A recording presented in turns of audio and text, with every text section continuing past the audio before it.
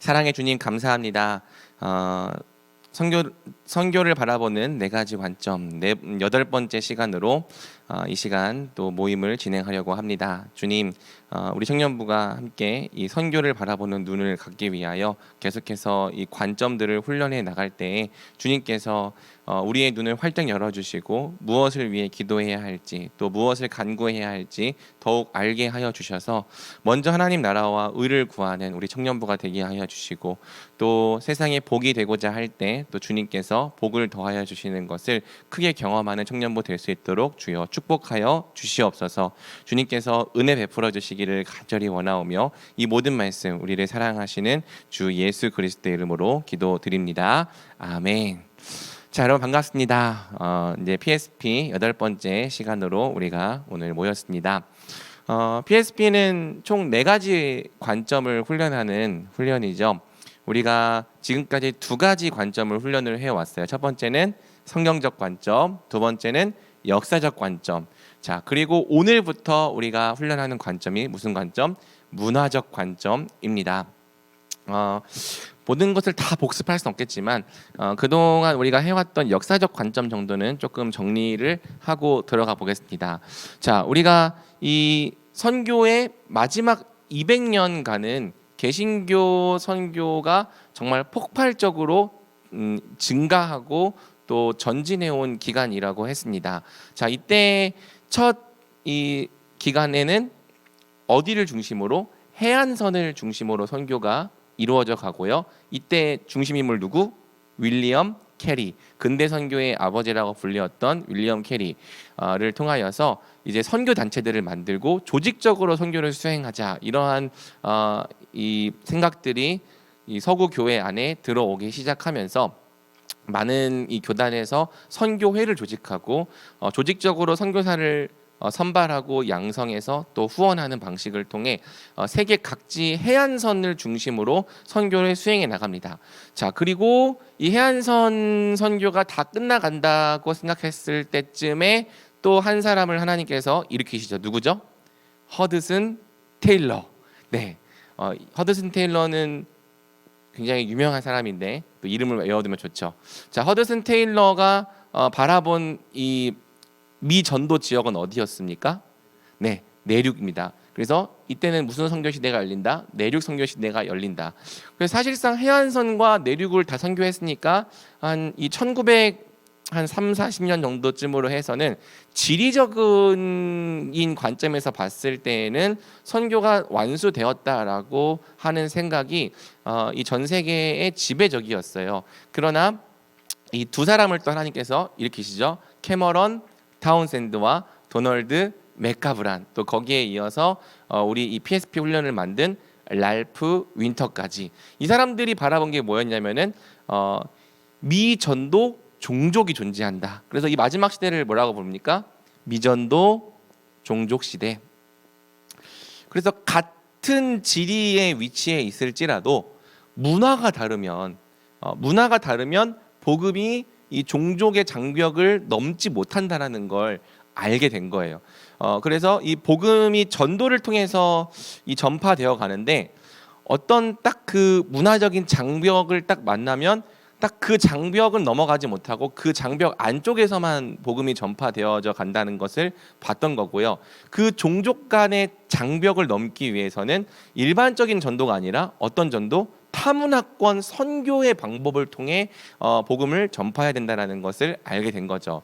그래서 여전히 이 세계의 이 수십억 명의 사람들이 이 주변에 자기에게 자기 말로 복음을 전해줄 수 없는 이 복음 전도자가 없는 상태로 살아가고 있고, 그러니까 지리적인 관점에서 선교가 완성되었다고 끝낼 것이 아니라 이제는 이 미전도 종족을 대상으로 그들 종족 하나하나를 이제 복음을 전하는 이 과업을 이루어 가야 한다. 이러한 눈이 열리기 시작한 게 이제 1900년도부터 해서 이제 오늘날까지인 겁니다. 이것이 여전히 어떤 사람들에게는 사실 별로 와닿지 않는 개념이죠.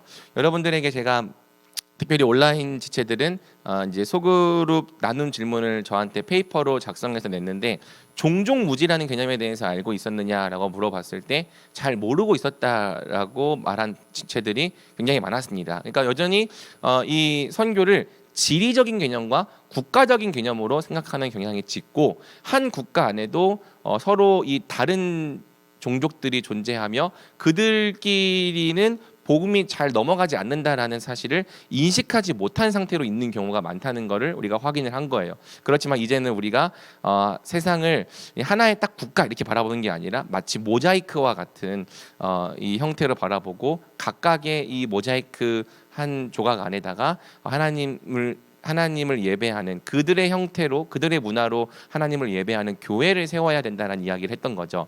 자, 그래서 남은 과업을 이제 성취하기 위해서 우리가 두 가지 척도를 연습할 필요가 있다라고 했습니다. 자, 첫 번째, 이 복음 전도자의 관점에서는 무슨 척도? 이 척도. 자, 이 영은 교회 안에 있는 사람들에게 복음을 전하는 것. 이 원은 같은 문화. 그다음에 이 투는 유사 문화. 이 쓰리는 완전히 이질적인 타문화. 자, 다 기억이 나죠, 여러분? 2주 만에 만나서 기억이 안 납니까? 우리가 그래서 막 예시 문제까지 풀었잖아, 그렇죠? 뭐 김 집사가 누구에게 전도를 한 거는 뭐 이거는 이원 전도 이런 식으로. 자, 그 다음에 이렇게 이 전도를 통해서 한 사람이 회심을 했어요. 근데 이 사람이 갈 수 있는 교회가 어떤 교회냐의 문제가 또 있죠. 그래서 만약에 이 사람이 베트남 사람인데 베트남 사람이 갈 수 있는 교회가 없어. 그냥 거기에는 한국 교회밖에 없어. 그러면 베트남 사람한테 한국 교회는 조금 다른 문화권의 유사 문화권이라고 보면은 E2가 아니라 P2. 이거를 이제 피척도라고 부르자라고 얘기를 했습니다. 그렇죠? 그래서 이 미전도 종족을 전도하기 위해서는 어떻게 되냐? 세상에 이렇게 있다. 그러면은 이 종족 안에다가 복음을 전해야 돼요. 근데 이 복음을 전하는 방식은 이 몇 전도가 되는 거죠? 이 투나 이 쓰리 전도가 되는 거죠. 그렇죠? 이 투나 이 쓰리 전도, 이걸 타문화권 전도라고 하는 거고요. 이 투와 이 쓰리 전도를 통해서 어떤 교회를 세운다? P1 교회. P1 교회는 어떤 교회죠? 이들의 문화에 적합한 교회, 포착화된 교회를 말하는 거예요. 그래서 이 P1 교회가 세워지면은 이 사람들은 이제 자기 종족에게 뭘 할 수 있어요? 무슨 전도? E1 전도를 할 수 있는 거죠. 자, 그래서 하나의 종족 내에다가 다른 문화권의 사람들이 들어와서 E2, E3 선교를 하는 사람들이 들어와서 이 사람들의 문화에 맞는 P1 전도를 세웠어. 그리고 이 사람들이 이제 자기 종족에게 E1 전도를 할 수 있게 됐어. 이러한 돌파를 뭐라고 부르자고 한 거죠? 선교적인 돌파라고 부르자. 그러면 이제 이 상태에서는 그들의 토착화된 교회가 E1 전도를 통해서 나머지 이 종족의 사람들을 전도할 수 있을 거란 말이죠. 그럼 이 상태가 되면 이런 종족은 전도된 종족이라 보자라고 이제 생각을 하는 거죠. 그러면 또 남은 선교사들은 또 다른 종족 P1 교회가 없는 지역으로 가서 그들을 위한 전도 교회를 세우고 또 그들에게 그들이 또 그곳에서 이원 전도를 할 수 있게 하는 것, 이것이 이제 전략적이고 우리가 반드시 수행해야 하는 선교의 방식이다라고 이야기를 했습니다. 종족들의 구분도 했는데 이제 세계 전체 과업을 가장 크게 보려면은 종족권 개념을 사용한다고 했죠. 그래서 기독교권, 무슬림권, 불교권, 세상을 힌두권 이렇게 종교에 따라서 세상 한 7개 정도의 문화권으로 바라볼 수 있다고 생각했습니다. 그 다음에 이제 선교를 위해서 동원하고 기도를 할 때는 언어 인종학적 종족을 사용할 수 있다고 했어요. 그래서 우리나라도 한민족 이렇게 하면은 또 중국 사람들은 한족, 또 조선족 이런 식으로 딱 봤을 때 외모나 언어를 통해서 구분할 수 있는 종족, 이것도 이제 미전도 종족을 판별할 때 발견할 수 있는 중요한 종족이죠. 그 다음에 한 나라에 들어가서 보면은 하나의 집단들이 있다고 했습니다. 예를 들어서 뭐 택시 운전기사끼리 서로 친하게 지낼 수 있고, 빨래를 하러 나온 아낙네들끼리 서로 친하게 지낼 수 있고 이런 하나의 집단 동료 그룹을 어떤 종족이라고 부르냐면 사회적 종족이라고 부른다고 했죠.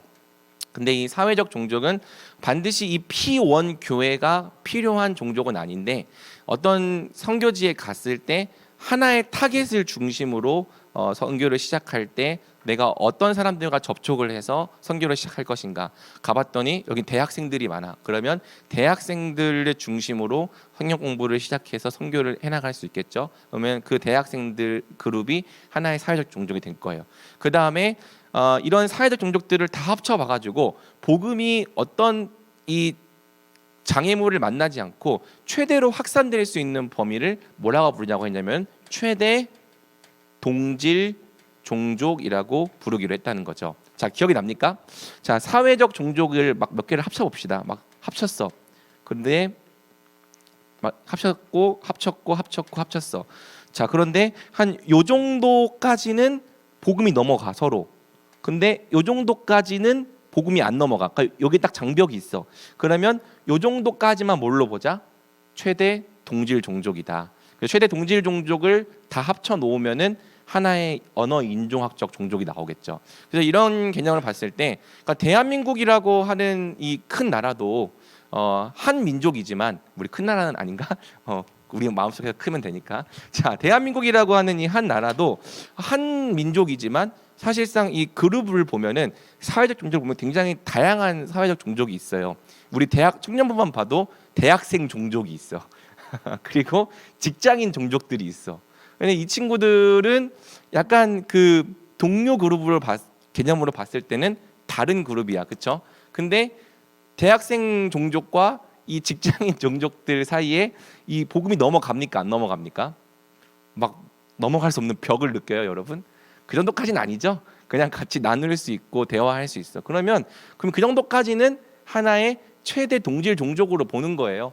그런데 또 어느 세대 이상으로 가가지고 여러분들이 만약에 이제 이 60, 70대 어르신들이 노는 그 모임에 가서는 되게 재밌게 놀 수도 없고 뭐 은사에 따라서 잘하는 친구들도 있지만 재밌게 놀 수도 없고 또 그분들이 말하는 것들을 이해하기도 어렵고 또 그분들을 통해 설득되기도 어렵고 그러니까 오늘날에는 세대 간의 이 계층이 굉장히 뚜렷해졌기 때문에 이 잘 복음이 잘 안 넘어가는 지점이 온다. 그러면 거기까지는 끊어서 하나의 이 최대 동질 종족으로 구분해 주자라고 얘기를 했던 거죠. 그래서 오늘날 우리가 미전도 종족이라고 했을 때 가장 많이 사용하는 개념은 뭐다? 이 네 개 중에 이 네 번째다. 최대 동질 종족. 그렇지만 이 네 가지를 다 사용해야 된다. 자, 종족권은 전 세계를 놓고 봤을 때 세계 지도를 펼쳐놓고 지금 우리 선교가 얼마나 진행이 되었는가를 볼 때는 종족권 개념. 그 다음에 이 선교를 시작할 때 그 나라에 어떤 종족이 있는가를 놓고 기도하고 계획을 세울 때는 언어 인종학적 개념. 그 나라에 들어가서 거기에 가보니까 이런 그룹들이 있네라는 걸 발견하게 되는 동료 그룹은 사회적 종족. 그리고 요 정도까지가 복음을 서로 공유할 수 있는 최대 한계구나라는 걸 발견하게 되면 그것은 최대 동질 종족이다. 이렇게 미전도 종족을 정의할 수 있고 결국 전략적인 선교는 무엇인가? 이투랑 이쓰리 전도를 통해 P1 교회를 세우고 P1 교회가 자기 동족에게 복음을 전파하게 하는 것. 우리 선교사들이 종족 전체에게 복음을 다 전하는 게 아니에요. 특정 그룹을 통해서 복음을 전해서 그들이 자기들에게 맞는 토착화된 교회를 세우고 그들이 복음을 전파하게 하는 것이 이 세상에게 복음을 증거할 수 있는 우리 방법이다. 그래서 이 이투 이쓰리가 이 방법이 뭐냐? 이걸 이제 우리가 문화적인 관점에서 보는 거죠. 그럼 우리와 문화가 다른 사람들에게는 복음을 어떻게 전해야 되지라는 걸 고민해 보니까 그러면 선교적인 방법이란 이런 거다라는 걸 우리가 정리할 수 있게 되고 이것을 문화적인 관점에서 배우게 된다는 겁니다. 그래서 이제 마지막으로 우리가 세 번째, 네 번째에서 배우게 되는 이 선교적 관점은 생각보다 실질적이고 실제적인 관점이에요.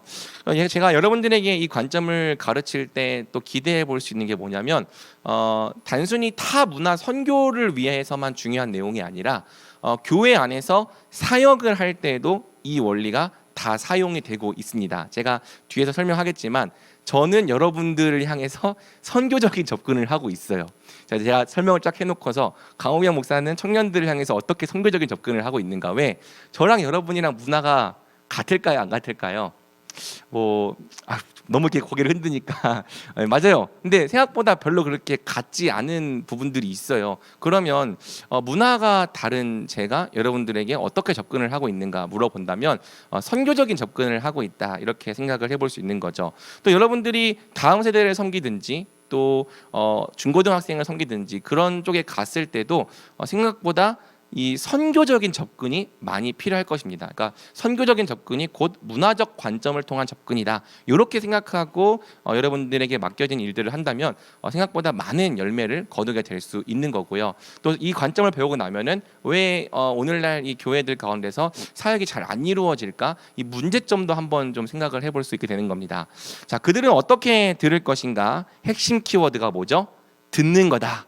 그래서 문화적인 접근을 잘하려면 뭘 잘해야 된다? 그들의 문화로부터 듣는 것, 배우는 걸 잘해야 된다. 그래서 이 말씀을 전하는 방법은 기교가 뛰어나다고 할 수 있는 것이 아니라 세상으로부터 잘 듣고 그들의 문화를 이해하는 것에 달려 있다라고 이제 이 핵심 키워드 설명을 하고 있는 거죠.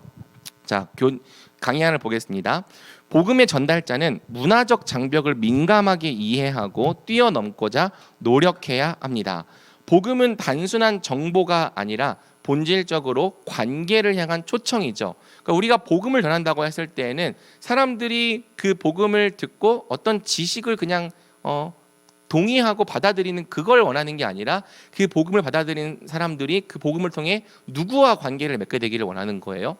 하나님과 관계를 맺게 되기 원하고 또 함께 구원을 받은 그리스도의 백성들과 관계를 맺게 되기 원하는 거죠. 가족으로 초청하는 것, 이게 본질적으로 복음 전파인 거예요. 그래서 하나님은 모든 사람에게 이 초청, 우리 각 사람을 하나님의 가족으로 초청하고자 하시는 이 초청을 들을 기회를 주고 싶어 하시며, 그 메시지, 너 나랑 가족할래? 이 메시지를 전하는 사람들을 세상에 보내고 싶어 하는 거예요. 그런데 문제가 뭐냐면 메시지의 전달자가 뭘 뛰어넘지 못하면, 문화적 장벽을 민감하게 이해하고 뛰어넘지 못하면 그 메시지는 그냥 다른 문화권에서 말하는 그냥 되게 이해할 수 없는, 의미 없는 소리가 되어 버린다는 거죠. 그래서 모든 사람이 복음을 듣게 하려면 문화적으로 어떻게 의사소통을 해야 하는지, 즉 문화적 관점을 배울 필요가 있는 겁니다. 자, 한 문화권 안에서 힘있게 확산되는 복음, 자, 한 동질 종족 안에서는 힘있게 확산되는 복음이 그 종족의 장벽을 넘어가지 못하는 이유가 다 뭐 때문이다? 문화 때문이다. 문화의 복잡성 때문이다. 그래서 문화란 무엇인가, 그리고 한 문화권 안에서 깊이 있게 의사소통하는 방법이 무엇이고, 어떻게 새로운 교회가 그들의 문화를 거부하지 않고 그 문화 속에서 그대로 남아있는 채로 사람들을 구속할 수 있을 것인가, 이것을 함께 고민해 가보는 게 오늘 시간과 다음 주의 시간, 이 문화적 관점의 시간인 거죠. 자, 그래서 이 로이드 쿼스트라고 하는 사람은 이 문화를 4층 이론으로 구분해서 한번 이해해보자라고 이야기를 합니다. 보통 1층에서 2층까지만 봐도 문화를 꽤 깊게 이해하는 거거든요. 자, 그런데 4층까지 본다면은 한 문화란 무엇인가를 굉장히 이 심층적으로 이해를 할 수 있는 거죠. 자, 여러분, 자, 외부자 관점에서 바라본대요. 여러분들이 어떤 나라에 갔어요? 어디를 갈까요? 우리 라오스를 갔다 왔으니까, 자, 라오스를 딱 갔어요. 그러면 라오스 사람들의 뭘 가장 먼저 보게 될까요? 그 사람들의 생활 양식, 행동들, 또 그 사람들의 어떤 주거 형태, 그러니까 외부에 드러난 것들을 좀 먼저 보게 되겠죠. 라오스에 가니까 화장실에 휴지가 없어. 그러면 다 물로 쏘는 이 물총만 있어. 이 사람들은 휴지로 엉덩이를 닦지 않아요. 그냥 다 물총을 쏴. 그래서 이 물총으로 이제 뒤를 닦고 나오는 게 일반적인 이 형태야. 기억이 납니까? 기본적으로 휴지가 없어. 다 그렇게 수세식으로 되어 있는 형태고, 그러니까 이런 어떤 형태들, 라오스 사람들은 이런 음식을 먹네, 인사는 이렇게 하네, 사바이디 이렇게 인사를, 합장 인사를 하네, 이런 것들을 보고 올 거란 말이죠. 그러면 이런 것들은 행동들에 속한 거죠. 가장 먼저 맞닥뜨리게 되는 이 문화의 표층이라는 거예요. 그 문화에 속한 사람들의 정형화되고 습관화된 행동이다. 외국 사람들이 우리나라 들어왔을 때도 우리나라 사람들에게 보는 어떤 행동들이 있겠죠. 그래서 되게 외국 사람들이 이상하게 막 여기는 행동들도 있어요. 뭐 예를 들어서 악수를 할 때 보통 외국 사람들은 눈을 마주보면서 이렇게 악수를 하는데 우리나라 사람들은 악수하면서 네, 이렇게 고개까지 같이 숙이죠. 그러니까 약간 이게 이 인사하는 문화와 이 악수하는 문화가 혼합이 돼서 혼합주의가 된 거야. 이런 것들을 보면은 이 사람들 왜 이렇게 하지? 이해할 수 없는 행동들인 거죠. 이때 대부분의 사람들이 이 문화권에 살아가는 사람들은 왜 이렇게 행동하지? 왜 이런 방식으로 살아가고 왜 이런 방식으로 결정을 하지? 이해를 못합니다. 문화란 그 사회에 속한 사람들이 공통적으로 선택하고 있는 것들이고 누구나 그렇게 해야 하는 것인데 다른 문화권에서 들어온 사람들이 본다면 이해할 수 없는 게 굉장히 많다는 거죠. 자, 그러면 그 행동이 그냥 나오지 않았겠죠. 자, 그 행동 안쪽에는 뭐가 있어요?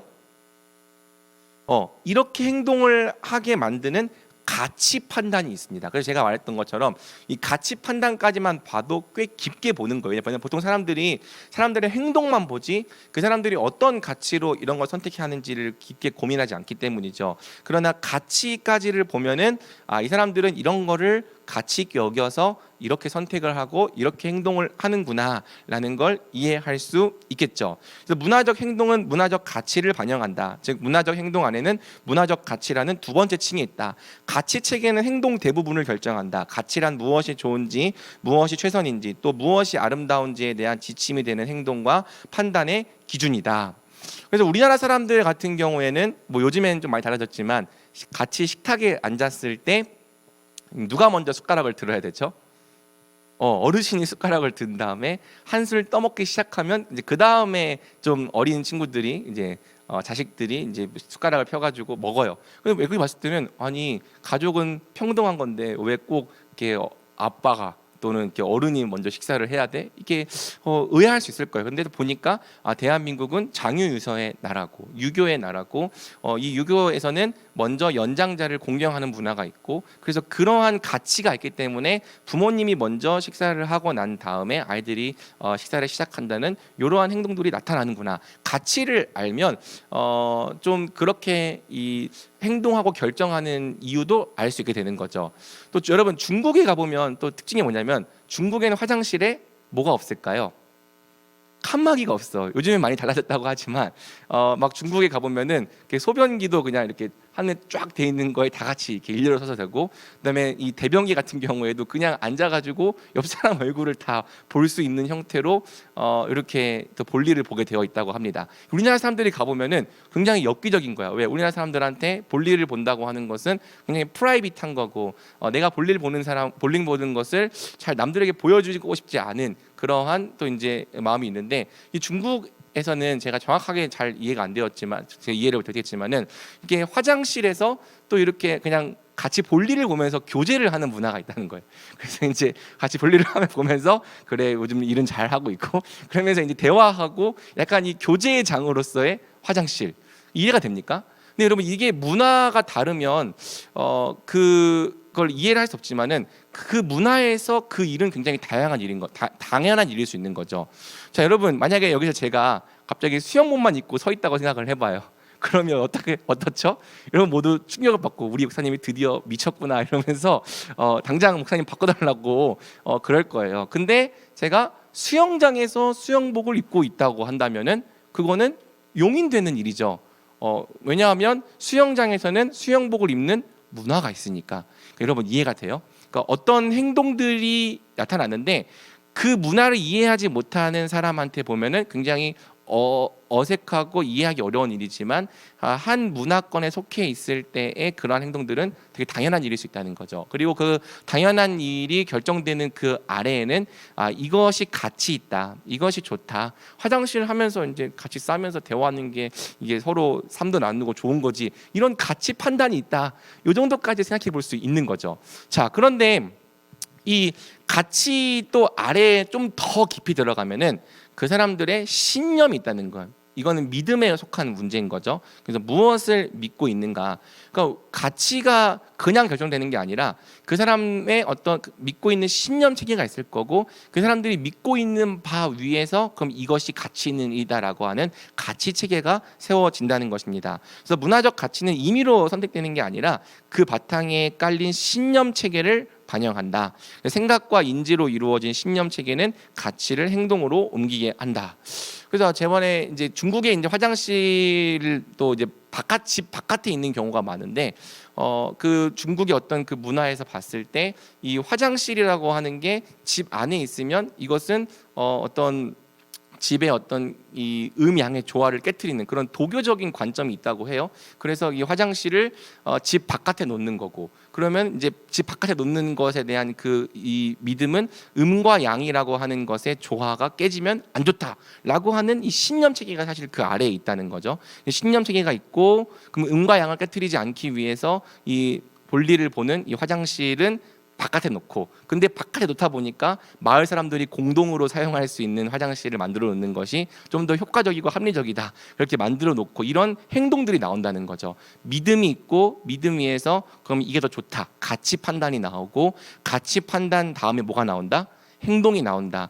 문화라고 하는 게 신념에서부터 쭉쭉쭉 올라오는 거구나, 이것을 알 수 있다는 거죠. 자, 이때 또 보면은 신념에는 실천적 신념과 이론적 신념이라는 게 있고, 실제로 사람들은 이 실천적 신념과 이론적 신념 둘 중에 무엇을 따라 결정을 하며 살아갈까요? 실천적 신념을 따라 결정을 하며 살아간다는 겁니다. 예를 들어서 여러분, 공산주의라고 하는 이 마르크스주의라고 하는 이 신념은요, 유물론 세계관이고 세상에 이제 어떤 영혼이나 이런 것들, 종교 이런 것들을 다 거부하고 배척하잖아요. 근데 여러분, 공산주의 국가를 가보면은 사람들이 이 마르크스주의의 신념으로 살아가나요? 아니면 그 땅의 어떤 토속적인 종교적인 신념으로 살아가나요? 라오스를 가봤더니 뭐가 제일 엄청 많아요? 불교가 많잖아. 근데 원래 공산주의 신념이랑 불교는 양립할 수 없는 거예요. 그럼 중국을 가봤어. 중국도 공산주의 국가잖아. 그럼 중국 사람들은 종교 안 믿어요? 중국 사람들도 다 자기들만의 종교를 믿고 있어요. 그러니까 사람들은 이론적인 신념으로 살아가는 게 아니라 실천적인 신념으로 살아가더라라는 걸 우리가 확인할 수 있는 거죠. 자, 그러면서 마지막 그 신념 맨 밑바닥에 있는 것, 세계관이라고 하는 것이 있죠. 이 바닥에 있는 것이 무엇인가 묻는다면 그것은 세계관이다라는 걸 확인을 할 수 있습니다. 이 세계관이라고 하는 것은 사실 사람들이 평상시에 막 생각하면서 살아가는 그런 영역은 아니에요. 여러분, 이런 생각하고 살아요? 나는 누구인가? 나는 어디에서 왔는가? 이 세상은 무엇인가?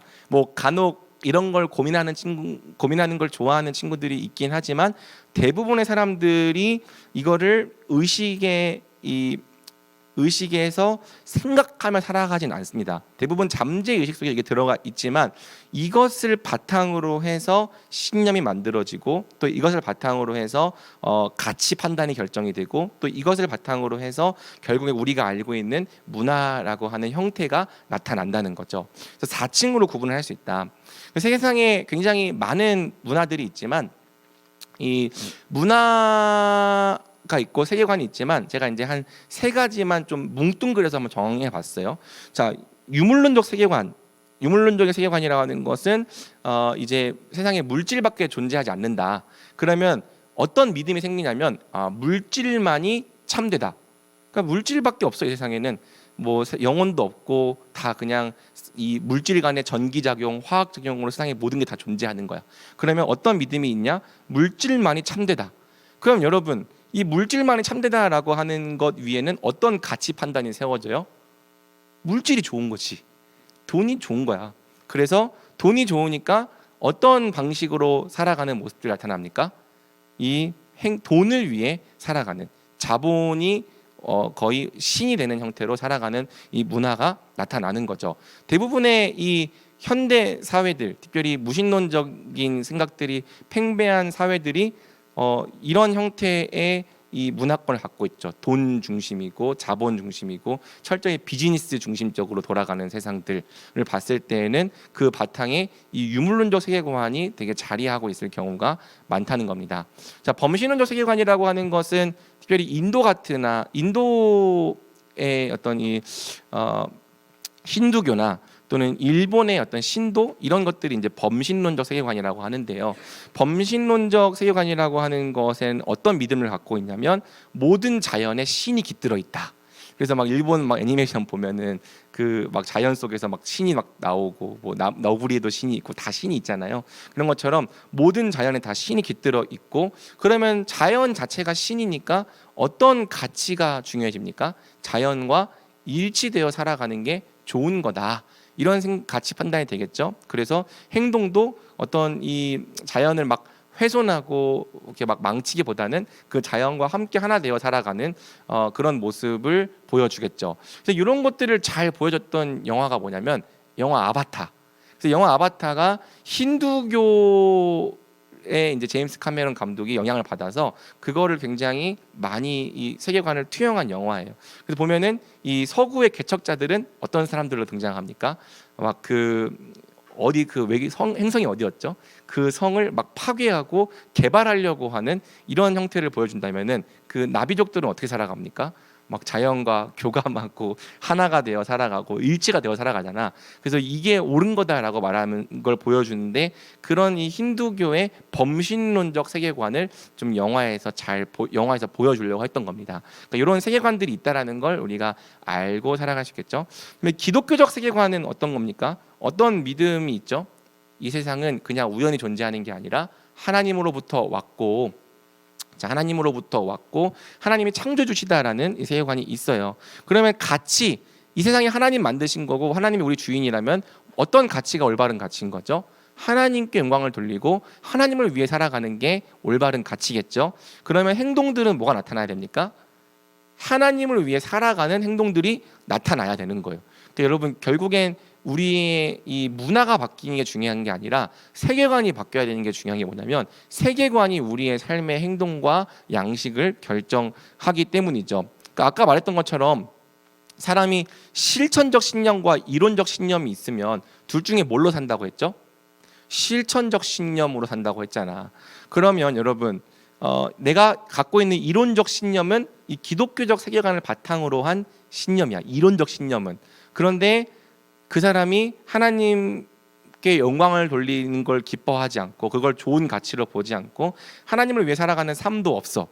그리고 보면은 다 이 세상에서의 성공, 나의 어떤 안락함, 나의 행복 이런 것들을 위해서만 살아가. 그러면 이 사람에게 있어서는 실천적인 신념이 뭐냐면 사실은 어쩌면 유물론적 세계관일 수도 있는 거잖아요. 그렇죠? 그러니까 세계관이 바뀌지 않으면 이 이론적인 신념을 갖고 있을지라도 실제로 사람들이 그대로 살지 않고 자기가 갖고 있는 실천적 신념을 갖고 살아가게 되어 있다. 좀 이렇게 이해를 해볼 수 있는 거죠. 자, 때때로 새로운 신념 체계가 도입될지라도 세계관은 흔들리지 않고 그대로 남아 있는 경우가 많습니다. 세계관이 바뀌지 않으면 삶도 바뀌지 않는다. 그래서 선교의 타깃은 행동, 가치, 신념의 변화를 넘어서 뭘 변화시켜야 된다? 세계관을 변화시켜야 하고 세계관이 변화되지 않으면 표층만 바뀐 혼합주의적 기독교가 될 수 있다. 이 내용을 맨 마지막 뒷부분에서 다시 살펴보도록 하겠습니다. 자, 여러분 조금 웃어볼래요? 오늘 너무 반응이 없고 다들 표정이 이러고 있어서 막 오기 싫은데 억지로 온 거 아니죠? 네, 여러분 듣고 싶어서 훈련 받고 싶어서 온 거죠? 자, 조금만 더 힘을 내주시면 좋겠습니다. 자, 가치 또는 신념에 따른 구분도 있는데요. 오늘 이 부분은 그냥 생략하고 넘어가 보도록 하겠습니다. 시간이 되면 여러분들이 읽어보시기 바랍니다. 자, 문화의 차이. 자, 복음을 전하는 사람은 자신이 사역하게 될 문화를 겉으로 드러난 차원보다 더 깊이 이해해야 한다. 자, 폴 히버트의 글을 제가 한번 읽어볼게요. 새로운 문화에 들어가게 되면 우리는 그곳 사람들이 다르게 살고 있다는 것을 깊이 인식한다. 우선은 뭐부터 본다? 행동의 차이부터 본다. 옷, 음식, 언어, 행동의 차이를 본다. 자, 그 다음에 무슨 차이를 본다? 신념, 감정, 가치에 큰 차이가 있음을 알게 된다. 그리고 마지막으로는 뭐가 정말 근본적으로 다르다? 세계관이 근본적으로 다르다는 것을 깨닫게 된다. 타 문화권 사람들은 붙어 있는 상표만 다르고 내용은 같은 세상에서 사는 게 아니라 완전히 다른 세상에서 살고 있는 것이다. 그러니까 여러분, 지구는 하나니까, 세상은 하나니까 사람들이 이 세상이라고 하는 내용은 다 같아도 그냥 이름을 좀 다르게 붙일 뿐 내용은 같은 세상에서 살고 있을 거라 생각을 하지만은, 실질적으로 이 세계를 이해하는 게 다르면은 완전히 다른 세상에서 살고 있다라고 이해를 하는 게 좋다는 거죠. 그러니까 무신론적인 세계관에 살고 있는 사람들은 하나님이 없는 세계를 살고 있겠죠.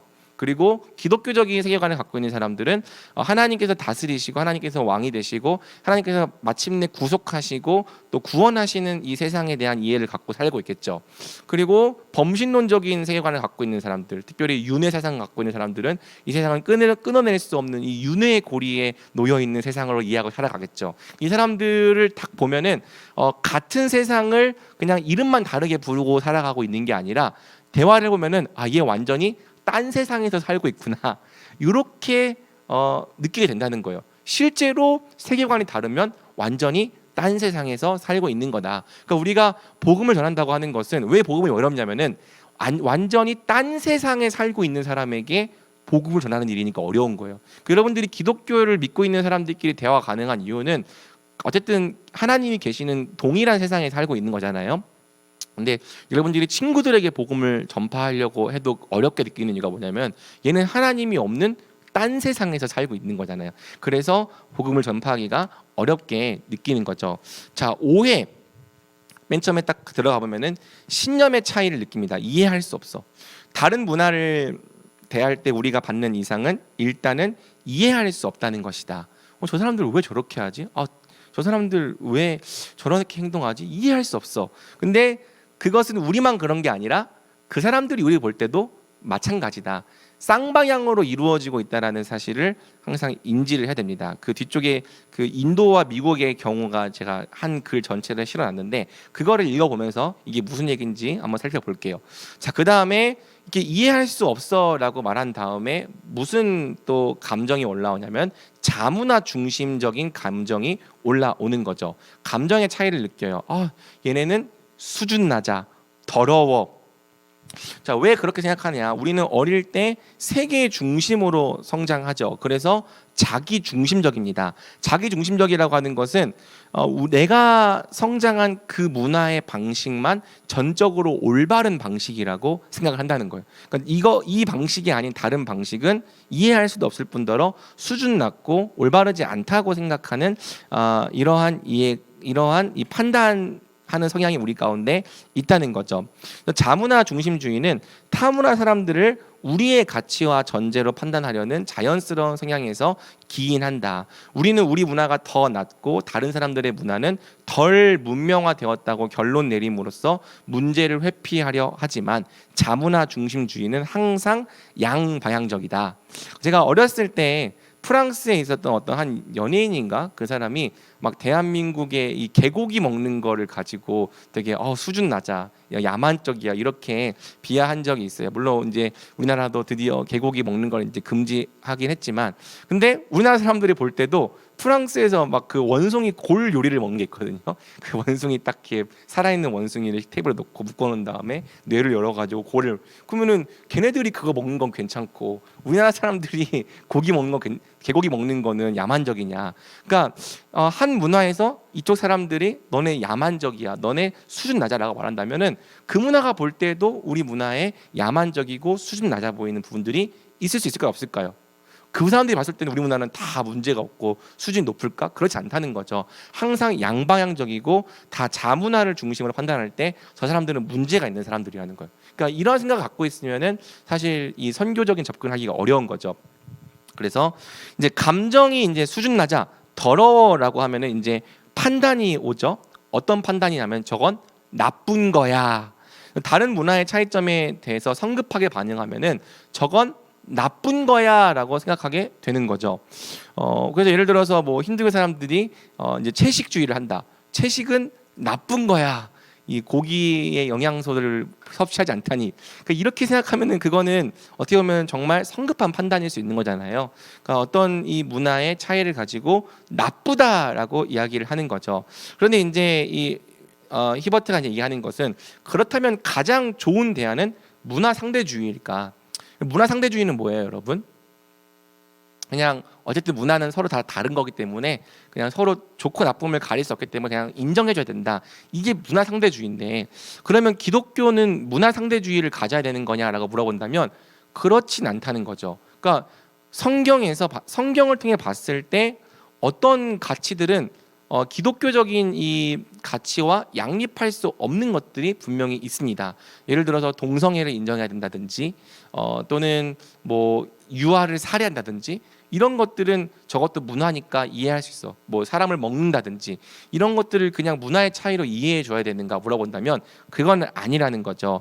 그래서 성경적인 기준으로 판단해서 인간 창의성의 선함은 높이 평가하고 악한 것은 용납하지 않아야 합니다. 이게 어려워요. 왜냐하면 이것을 성경을 가지고 판단하는 사람도 결국에는 자기 문화에 갇혀 있는 사람이기 때문에 이것이 정말 성경에 의한 판단인 건지 자기 문화를 중심으로 한 판단인 건지 구분하기 어렵다는 겁니다. 하지만 그렇다고 해서 모든 문화를 다 상대주의로 받아들이면 안 되고 우리가 갖고 있는 성경을 통해서 정말 이 문화가 정말 옳은 건지 안 옳은 건지 끊임없이 점검하고 판단하면서 변혁해 가야 된다라는 이 필요가 있는 거죠.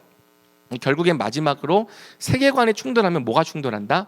문화가 충돌한다. 그래서 두 문화가 만날 때 실제로 어떤 충돌이 벌어지는지를 미국과 인도의 문화 충돌을 이제 예시로 폴 리버트가 설명해 줍니다. 그래서 문화 충돌은 겉으로 보기에는 마치 행동의 충돌 같지만 실제로는 그 안에 있는 가치와 신념, 궁극적으로는 세계관의 충돌인 거죠.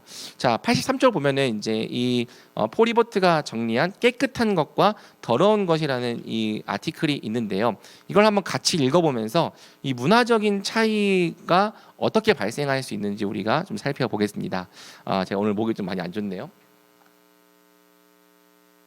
자, 보기 전에 아까 가치와 신념에 따라서도 문화를 구별할 수 있다고 했는데요. 인도는 부정정결 문화예요. 그래서 세상을 볼 때 어떤 것은 정결한 것, 어떤 것은 부정한 것으로 이렇게 나누고, 그래서 정결한 것을 항상 유지해야 되고 정결한 곳에 가야 되고 부정한 것은 만지면 안 되고 이런 걸 되게 중요하게 여기는 부정정결 문화를 갖고 있습니다. 여러분, 또 부정정결 문화를 갖고 있는 되게 중요한 민족이 있는데 우리가 잘 알아요. 성경을 보면은 우리 이스라엘 사람들이 부정정결 문화예요. 보면은 어떤 거는 부정한 거, 어떤 것은 정결한 거. 근데 부정하고 정결한 게 우리가 생각하는 현대적인 위생적 개념의 부정과 정결이 아닙니다. 여러분, 이 제사를 드릴 때 보면은 진짜 이 여러분 짐승을 태우면은 그 냄새가 엄청 나거든요. 근데 맨날 이 제물을 바치고 번제를 드리면은 거기 이 성막 안에는 또 성전 안에는 정말 이 짐승 태우는 이 노린내가 아주 가득했을 거예요. 그리고 여러분 짐승의 피를 쏟았어. 그 피는 비린내가 엄청 가득했겠죠. 근데 그 피를 발라줘. 그 여러분 어떻게 생각해요? 우와 더러워. 우리는 이렇게 생각하니. 근데 이 사람들 세계관에서는 피를 딱 이렇게 뿌려주는 것을 통해서 너희는 정결하게 되었다. 그러니까 여러분 이해가 돼요? 부정정결이라고 하는 게 우리가 생각하는 위생적 부정정결이 아니고 종교적인 관점에서 부정정결인 거예요. 그러니까 여러분 인도의 겐지스강 위생적으로 보면은 더러운 강이죠. 근데 종교적인 관점에서 보면은 정결한 강인 거야. 그래서 그 강에 막 들어가고 하는 거지. 그러니까 문화를 이해를 못하면은 되게 이게 이해하기 어려운 건데, 자 어떤 충돌이 생기는지를 한번 보겠습니다. 자, 많은 미국인들에게 인도가 주는 첫 인상은 더럽다는 것이다. 미국인뿐만이 아니라 우리나라 사람들에게도 그래요. 인도 가본 사람, 저는 한번 갔다 봤는데요. 되게 많이 와닿았어요. 길가에서 썩어가는 쓰레기, 작은 나무에 걸린 플라스틱 봉투들, 썩어가는 하수, 길거리 배설물과 온 사방의 먼지와 오물, 게다가 트럭, 버스, 트랙터, 자동차, 인력거, 자전거, 우마차, 사람, 소, 물소, 양, 떠돌이 개와 같은 것들이 도로 통행법 따위는 아랑곳하지 않고 서로 길을 차지하려 경쟁하는 모습을 보면, 그리고 인도에서는 차가 지나갈 때마다 항상 뭘 울리냐면 클락션을 울립니다. 빵빵빵. 그게 비키라는 게 아니라 나 지나간다라는 뜻이에요. 그래서 모든 차들이 다 클락션을 울리며 다녀요. 전혀 통제가 안 되고 지저분해서 삶의 질서가 없다는 느낌을 받고 이것은 혼돈스러운 충격을 가져온다. 인도인들 왜 이렇게 수준 낮아? 개발도상국 이런 느낌을 주겠죠. 근데 인도 사람들이 볼 때도 미국 사람들이 어떨까? 인도 사람들에게 미국 사람들이 주는 첫 인상도 놀랍다. 미국의 공공장소와 시설의 청결함을 보며 놀란다. 와, 미국은 정말 공공장소랑 시설이 청결하네. 근데 뭘 보면 놀라냐면 개인의 불결함에 놀란다. 학교와 상점, 극장, 버스 안 사람들이 입은 청바지는 낡고 지저분한 데다가 구멍이 나 있다. 이거 사실 패션인데, 그렇죠? 그다음에 벌거벗은 것이나 마찬가지인 짧은 셔츠와 어디 상표나 광고가 찍힌 티셔츠를 입어 자기 몸에다가. 또 지저분하고 요란스러운 테니스화를 신고 있는데 막 엄청 더러워. 거의 거짓골이다. 여자들도 남자들처럼 칙칙한 옷을 입고 있고 신발을 신은 채로 집 안에 들어가고, 그러니까 신발이라고 하는 게 길거리에 온갖 더러운 것들을 다 발에 붙이고 다녔던 건데 그거를 가지고 자기가 생활하는 집 안의 공간에 들어가고, 심지어 하나님이 임재하시는 거룩한 공간인 교회로 들어갈 때조차 신발을 신는다. 분명히 돈이 없는 게 아닌데 더 품위 있는 옷을 입을 능력이 있어 보이는데 왜 자신들에게는 투자하지 않고 길거리와 공터, 자동차 가꾸는 데에만 돈을 쓰는지 이해할 수가 없다. 서로 이해할 수가 없다. 자, 그러면서 인도인들은 자기들이 깨끗하다고 생각을 해요. 보세요.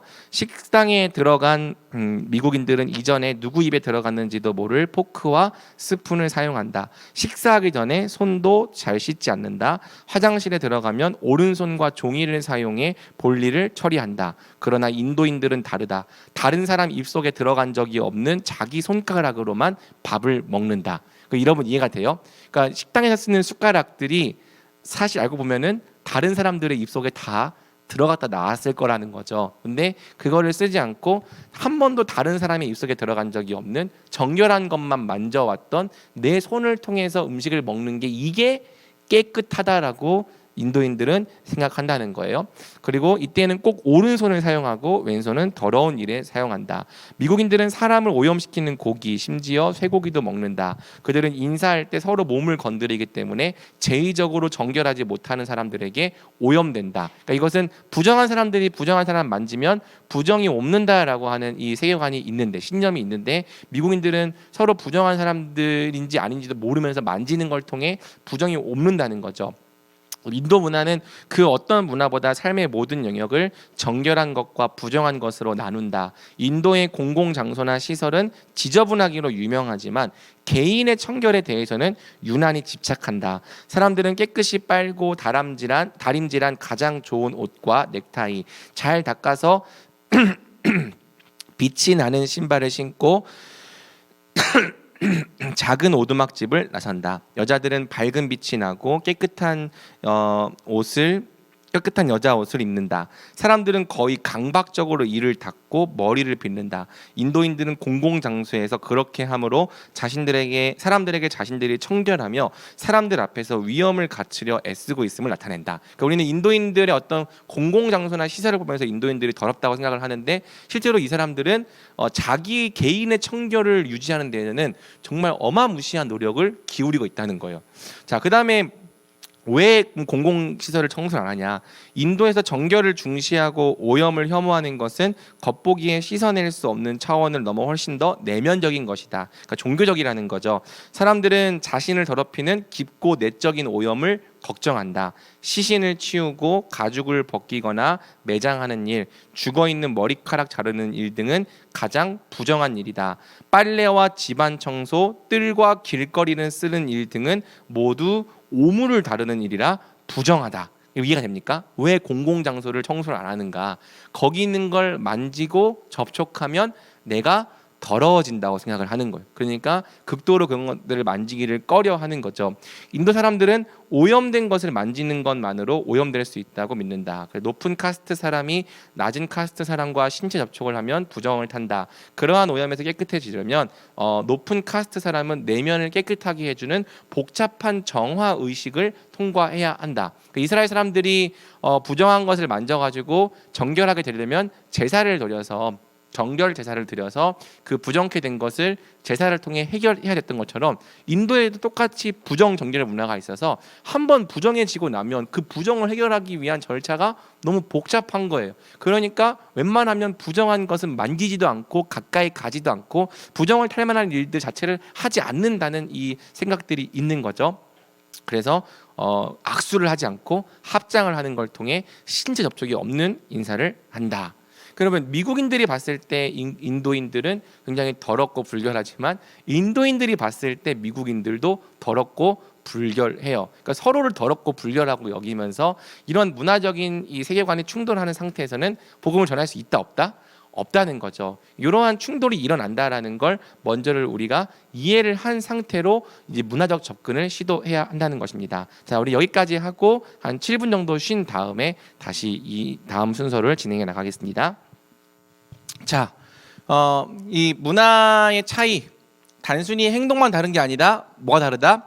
가치가 다르고 믿는 신념이 다르고 결국엔 그 기저에 있는 세계관이 다르다. 그래서 이 다른 문화권의 사람들이 만났을 때에는 서로의 행동을 이해하지 못하는 것처럼 보이지만 결국에는 가치가 충돌하고 신념이 충돌하고 세계관이 충돌한다. 인도와 미국 사람들이 만났을 때 벌어지는 이 문화 충돌처럼 문화와 문화가 만났을 때에는 굉장히 큰 충돌이 있고 그럼 이것을 어떻게 극복해낼 것인가에 대한 고민이 필요하다는 거죠. 자, 그래서 타문화권에서의 의사소통을 어떻게 할 것인가. 자, 윌로우 뱅크 보고서라고 하는 이 로잔 위원회가 후원해서 이제 만든 이 보고서는요.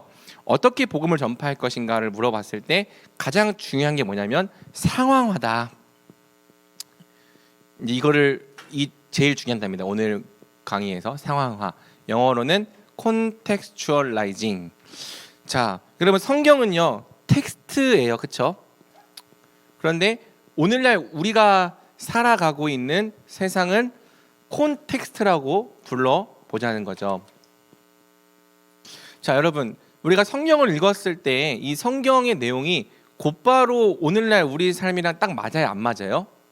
안 맞아. 왜냐하면 물론 맞는 본문도 있지만 보편적인 본문의 경우에는 대부분 이 성경에 있었던 이 역사들은 우리가 태어나기 전 한 4,000년 전에서 2,000년 전에 그 이스라엘이라고 하는 땅에 살았던 사람들의 문화와 배경 역사를 바탕으로 기록된 책인 거예요. 그래서 이 텍스트를 오늘날 우리가 살아가고 있는 삶에 곧바로 딱 적용하기가 어려워요. 그래서 이 텍스트를 오늘날 우리의 삶으로 끌어오기 위해서는 적용이라고 하는 단계를 거칩니다. 제가 하고 있는 설교라는 게 이런 거예요. 설교라고 하는 것은 이 텍스트의 의미를 이해를 해서 이것은 그때 그 당시의 의미, 그다음에 콘텍스트는 오늘 우리 가운데 삶이죠.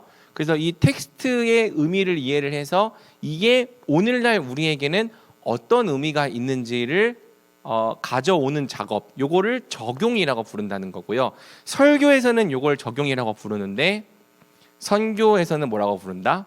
이것을 상황화라고 부르는 거죠. 그래서 본질은 변하지 않지만 성경이라고 하는 텍스트는 하나지만 이 텍스트가 각 문화의 콘텍스트에 가장 적합하고 적신한 형태로 상황화돼서 전달이 되어야 한다. 이것이 문화적 관점에 있어서 가장 중요한 핵심 개념입니다. 자, 모든 문화에 똑같이 들어맞게 복음을 표현하는 일반적이고 보편적인 방법이란 없습니다. 사실 우리가 덕포 전도를 배웠지만 덕포 전도를 통해서 모든 문화에서 다 복음을 전할 수 있을까 물어본다면 그렇진 않을 거라는 거죠. 복음을 표현하는 일반적이고 보편적인 방법은 없다. 타 문화권에서 복음을 전할 때에는 다음에 두 가지가 기본적인 장애 요인이 되는데요. 첫 번째는 일단 이해하기가 어려운 거죠. 복음의 메시지가 낯선 문화의 형태로 제시가 되는 것. 자, 복음이 낯선 사고 방식으로 전달되면 어떻게든 이해는 할 수 있다. 그럼 우리가 이제 뭐 그리스 로마 신화나 북유럽 신화 같은 것들을 들어도 이해는 할 수 있지만 메시지를 왜 그렇게 해야 되는지에 대한 그 가치나 그 바탕에 있는 신념, 세계관 같은 것들을 정말 이 오해나 왜곡 없이 받아들이는 데에는 실패하는 경우가 많죠. 그러니까 그 사람들에게 적합한 사고 방식으로 복음이 전달되어야 되는데 이것을 그 사람들에게 적합한 상태로 바꾸지 않고 나한테 적합한, 그러니까 전달자 중심의 이 상태에서 전달을 한다면은 듣는 사람들의 입장에서는 굉장히 어려울 수 있다는 거예요. 자, 이것은 사실 뭐 나중에 얘기하자 이거는. 그다음에 수용.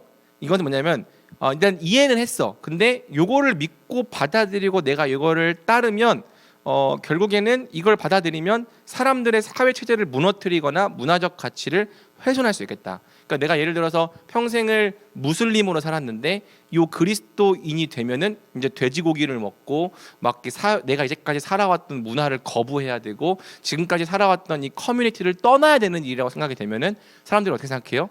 너 예수님 믿으면 너 이거 돼지고기 먹어야 되고 너 가족 떠나야 되고 너 그래야 돼. 그러면 사람들이 믿을 수 있어요, 없어요? 없다는 거죠. 그래서 이 위협적인 이 문화 체제나 이 문화적 가치에 대해서 위협적인 것으로 다가올 때 사람들이 거부할 거라는 거예요. 그래서 우리는 뭘 찾아야 된다? 사람들에게 복음을 전할 수 있는 가장 좋은 방법을 찾아야 될 책임, 즉 복음을 각 상황에 맞게 제시할 독특한 방법을 찾아야 한다는 거죠. 자, 그래서 상황화를 하는 방법은 세 가지입니다. 첫 번째는 메시지 자체를 상황화한다. 두 번째는 복음 전달자를 상황화한다. 세 번째는 복음 운동을 상황화한다. 자, 상황화란 복음에 반응하는 지역 공동체가 인식할 수 있는 문화적이고 사회적인 상황 가운데 복음을 제시하려는 노력을 가리킨다. 그래서 요거 상황화의 성경적 근거는 뭐냐면 성육신이에요. 성육신. 그래서 여러분, 예수님은 가장 보편적인 진리시지만 예수님께서 이 사람들에게 복음을 전하기 위해서 예수님은 어느 문화 속으로 들어오셨죠?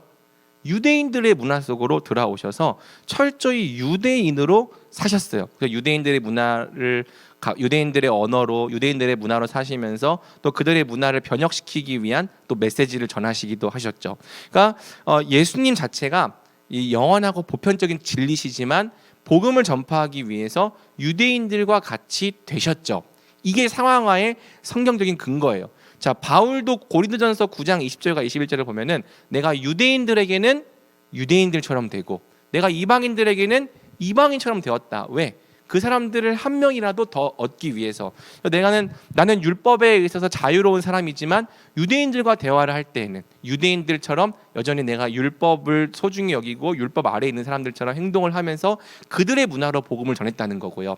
내가 이방인들과 같이 있을 때는 내가 그리스도 율법을 가진 사람들이지만 마치 율법이 없는 사람인 것처럼 그들과 함께 더불어서 어떠한 문화에도 제한을 받지 않고 그들과 함께 동화되어서 이 복음을 전했다는 거죠. 그러니까 예수님도 복음을 전할 때 성육신이라는 방식으로 그 문화 속으로 들어가서 그 문화의 옷을 입고 그 문화에 맞는 형태로 복음을 전하셨다면, 또 사도 바울도 유대인에겐 유대인처럼 되고 이방인은 이방인생이 되며 그들의 문화에 가장 적합한 형태의 모습으로 복음을 전했다면 오늘날 우리도 어떻게 된다? 내가 아는 기독교는 한국적인 기독교밖에 없기 때문에 인도에 가서도 한국적인 기독교를 믿으라 하고 어디 아프리카에 가서도 한국적인 기독교를 믿으라 하고, 이게 아니라 그들의 문화를 배우고 듣고 이해하고 그들의 문화의 형태에 맞는 형태로 복음을 상황화해줘야 된다는 거죠. 자, 그래서 메시지 자체를 상황화할 수 있다. 복음의 본질은 그대로 유지한 채 복음에서 외국적인 문화의 옷을 벗기고 그 지역에 맞는 문화의 옷을 입게 할 수 있습니다. 자, 이거는 이제 그 PSP 선교사님이 설명해줬던 내용들을 제가 이제 필기를 했다가 정리를 해놓은 건데요. 그러니까 일단은 티베트 사람들이 갈 때 그 교회가 P1 교회가 아니라 P2, P3로 느껴지는 이유가 뭐냐면은 일단 건물 자체가 티베트 사람들한테 익숙한 교회가 아니라 외국풍 건물이야. 저기는 뭔가 이 서양 사람들 모여 있을 것 같은 건물이죠. 그 다음에 티베트 사람들은 신발을 벗은 상태로 집에 들어가는데 그 건물을 가면은 신발을 신은 상태로 예배를 드리네. 그리고 의자에 앉아서 예배를 드리네. 그리고 이제 이 티베트 사람들은요, 벽면이 이렇게 하얗게 되어 있으면은 그 벽면이 마치 자기를 향해 막 이렇게 달려오는 것 같은 이런 막 무서움과 공포를 느낀대요. 그래서 보통 티베트 사람들은 이제 초를 피워놓고 향을 피워놓고 탕카라고 해가지고 막 이렇게 이상한 뭐 그림 같은 거 이제 그려져 있는 이런 것들을 벽에다 부착을 했는데, 딱 가보니까 벽이 막 새하얘. 와, 너무 이게 마음이 편하지가 않고 고통스러워. 인민해방군 국가 같은 노래. 그래서 뭐 이제 이 찬양을 부르자고 하는데 마치 이거는 약간 인민해방군들이 부른 그런 군가 같은 노래네. 지금 너무 좀 별론데? 라는 생각이 들어. 그 다음에 결정적으로 모임 자체를 티베터 없이 뭐 중국어라든지 다른 언어로 진행을 해. 이런 교회에 아까 말했지만 이런 교회는 피원교회가 아닌 거죠. 토착화되어 있는 교회가 아닌 거고, 이 사람들이 딱 왔을 때 여기에 계속 남아있고 싶을까 안 남아있고 싶을까? 안 남아있고 싶을 거라는 거예요. 근데 여러분, 지금 여기 나열된 요소 중에서 본질이라고 할 수 있는 게 하나라도 있어요? 건물이 꼭 외국풍이어야 돼요? 신발을 꼭 신은 채 예배해야 됩니까?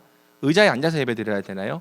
초랑 향이랑 탕카 걸어놓으면 초랑 향에 탕카 걸어놓으면은 그거는 이교도의 문화를 받아들인 겁니까? 그런 건 전혀 아니거든요. 그래서 이제 바꿔보자는 거죠. 건물 자체를 티벳의 전통 건물 형태로. 그래서 이 기와가 있고 또 이제 예술, 제가 사실 사진들을 다 보여주셨거든요. 근데 티벳은 여전히 이 창의적 접근 지역이어서 이 사진들이 유출이 되면 안 돼. 제가 이거를 아무리 인터넷 쳐봐도 사진을 얻을 수가 없더라고요. 그거는 그분이 직접 찍어온 사진이니까. 근데 건물도 티벳 사람들이 일반적으로 가는 그런 건물. 그다음에 신발을 벗은 채 예배를 드리고 바닥에 앉아서 예배를 드리고 초를 피워놓고 향을 피워놓고 탕카를 이제 예수님 그림도 그려놓고 사도들 그림도 그려놨더라고요. 그다음에 노래도 티벳 고유의 가락에 맞춘 노래로 부르고, 그다음에 모임 자체를 티벳어로 진행하는 모임 만들어서 무슨 교회를 만든다? P1 교회를 만든다. 이러면 이해가 됩니까? 지금 여러분들은 이 하얀색 백열등에 지금 위치해 있는데, 여러분 청년들이 좋아하는 핫플레이스들 중에서 이런 하얀색 백열등으로 되어 있는 공간 본 적 있어요? 여러분 청년들이 좋아하는 이 하얀색 핫플레이스들은 대부분 이런 백열등을 안 씁니다. 다 이 약간 주황색의 좀 어두운 낮은 조명 가운데서 그런 분위기 속에서 이야기하고 얘기하는 걸 좋아하고, 약간 이렇게 하얀색 백열등이 켜져 있으면은 이건 약간 공적인 장소, 병원이나 교실, 학교, 관공서 같은 느낌을 주는 거예요. 그러니까 여러분 이 일반 청년들이 우리 교회에 딱 왔을 때 딱 이렇게 불이 이렇게 쫙 켜져 있으면은 여기 너무 사람들이 막 나를 볼까봐 두려운데, 일단 막 불을 꺼놓고 그리고 약간 조명이 약간 어슴푸레해. 그러면은 자기가 평소 가는 곳이랑 비슷해. 그러면 내가 앉아 있어도 마음이 편하다. 사람들이 별로 나를 보는 것 같지도 않고 좀 그런 느낌을 받겠죠. 그러니까 그래서 우리 청년부가 찬양을 할 때 왜 다 불을 끄고 할까 생각해봤어요. 근데 그게 그냥 청년한테 맞는 P1 교회인 거야 사실은. 그런 요소 하나하나까지도. 제가 전교회 사역할 때도 애들이 수련회를 할 때 어떤 십자가 상 같은 거를 이렇게 세워놓고, 그 다음에 어딘 다이소나 이케아 같은 데서 막 끈에 조명 달리는 거 와가지고 막 벽에다가 조명을 딱 붙이고 막 그 상태로 막 예배를 초를 켜놓고 막 예배를 드리더라고. 근데 그것도 그냥 자기들의 감성 안에서 최대한 한번 그렇게 우리 이런 분위기 예배 드리는 걸 좋아해 해보는 거죠. 근데 그런 사람들한테 예배를 드리라고 하면 되게 잘 맞는데, 또 어른들을 데리고 딱 와서 그런 예배 드리라고 하면은 여기 왜 이렇게 불이 깜깜해? 뭐 눈에 보이겠어? 뭐 이런 얘기가 나올 거란 말이죠. 무슨 얘기인지 이해됩니까? 그러니까 그 문화와 그 종족에 적합한 기독교를 어떻게 만들 것인가, 꼭 청년들 데려놓고 이렇게 만들어야 돼요. 만약에 저라면은 조금 더 이 조명을 좀 주황주황하게 만들어 좋지 않았을까. 그리고 또 예배를 드릴 때 꼭 이렇게 직각으로 놓고 예배를 드려야 돼요. 좀 이렇게 요즘엔 그래서 많이 바꿨죠. 원형의 예배도 생각이 나고. 사실은 우리가 당연히 이렇게 해야 된다라고 생각하는 그런 부분들 중에서 당연히 그렇게 해야 되는 이유가 없는 게 되게 많은 거야. 성경을 보면은 본질이 아닌 게 되게 많은데 우리는 그 문화를 중심으로 성장을 해왔으니까 이게 이게 옳은 거라고 생각을 하고 이거랑 맞지 않으면 틀리다라고 생각을 하는 거죠. 선교적인 접근을 하기 위해서는 이걸 다 버려야 되는 거예요. 그러면서 이 사람들이 갖고 있는 그 문화를 이해하고 그 문화에 맞는 형태의 기독교를 만들기 위한 노력을 해야 하는 거죠. 또 예를 들어서 이런 것도 있는데요. 어떤 나라에서는 이 문을 두드리는 게 도둑이 하는 일이라는 생각이 있는 나라가 있어요. 예수님 그 요한계시록 3장 20절을 보면 보일지어다 내가 문 밖에 서서 두드리노니 누구든지 문을 열면 내가 그에게로 들어가 그는 나와 더불어 먹고 나는 그와 더불어 먹으리라. 예수님께서 나랑 친구가 되자라는 이 관계 초청인 거잖아요. 근데 어떤 문화권에서 그 성경책을 보면은 이게 문을 두드리는 거는 도둑인데 그럼 예수님께서 문을 두드린다고 했으니까 예수님은 도둑인가? 이런 생각이 드는 거죠. 그럼 여러분 그 문화권에 맞는 형태로 말씀을 바꿔줘야 되는데 어떻게 바꿀 수 있는 걸 보니까 거기에서는 그 친구의 집에 갈 때는 큰 소리로 부르는 문화가 있다 합니다. 그러니까 문을 딱 두드려 봤을 때 누가 없으면 들어가는 사람 도둑이고 자기 딱 집에 가가지고 친구 집 앞에 서가지고 자 친구야 지수야 나야 이렇게 말하면 그 사람 친구인 거예요. 그러면 말씀 그래서 그 나라의 성경을 보여주면서 말씀 번역 자체를 내가 문 밖에 서서 큰 소리로 너를 부르노니 이렇게 말씀 자체도 바꿔준 거예요. 왜냐하면 친구가 부르는 거니까. 그러면 딱 그 문화에 있는 사람들이 봤을 때 이건 예수님께서 나와 더불어 먹고 나와 함께 사는 친구가 되기 위하여 나를 초청하신다는 거구나 라는 형태로 메시지를 바꿔줄 수 있겠죠. 근데 이것도 분명히 어떤 사람들은 어떻게 성경 이렇게 바꿔라고 말하지만은 의미적인 전달에 있어서는 이게 정확하다는 겁니다. 이런 것들이 상황화라는 거예요. 그래서 사실 설교라고 하는 것도 이 청소년 설교를 잘하는 사람들 특징이 뭐냐면은 청소년들의 언어로 설교를 잘하는 거예요.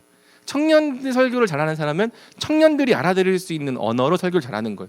그러니까 이게 어른들이 왔을 때 그 대신에 저는 이제 어른들한테 설교를 못 하겠죠. 어른들에게는 어른들끼리 잘 통하는 언어가 있을 거고 또 어른들끼리 잘 소통에 익숙한 이제 방식이 있을 텐데 어른들은 약간 권위적으로 이렇게 1번 이렇게 해야 됩니다라고 말하면 그걸 따라가는 거지만 청년들은 왜요? 우리가 왜 그렇게 해야 되는데요? 뭐 이런 느낌이야. 그러면 설득을 해줘야 돼. 설명해줘야 되고 이유를 말해주고 그렇게 납득이 되면은 그래야 되는 거군요 하면서 따라오는 그런 문화야. 그러면 설교를 전하는 방식도 바꾸고 권위를 앞세우지 않고 설득하는 방식으로 이런 모든 것 자체가 상황화라는 거죠. 자, 그래서 그다음에 이제 2번은 복음 전달자를 상황화한다. 이것은 복음을 듣는 사람들이 더욱 효과적으로 들을 수 있도록 복음을 전하는 사람들이 복음 속에 들어가서 복음을 듣는 사람들의 문화 속으로 들어가서 그 사람들과 똑같은 형태로 살아가려고 노력하는 거예요. 요거는 다음 주 시간에 그래서 그 사람들이 입는 옷을 입어보고 그 사람들이 먹는 음식을 먹어보고 그 사람들이 사는 방식으로 살아보면은 똑같아질까요? 안 똑같아질까요? 완전 똑같아지지는 않습니다. 하지만 저거 참 노력이 가상하네라고 하면서 그렇게 노력하며 다가와 주려는 모습을 보면서 나도 마음을 열고 다가가 주면은 그렇게 만들어지는 다리를 사랑의 다리다라고 다음 주에서 살펴볼 문화적 관점은 얘기를 하는 거죠. 복음 운동을 상황화한다고 하는데 복음을 받아들인 사람이 본래 문화 공동체를 떠나지 않고 그 안에서 예수를 따르게 하는 운동을 일으키는 것. 이제 그게 이제 85쪽을 보면은 이 세 개가 다 들어간 케이스를 제가 사진을 넣어봤는데 이게 칼 라이엘트 선교사님이 세운 홍콩의 도풍산 교회입니다.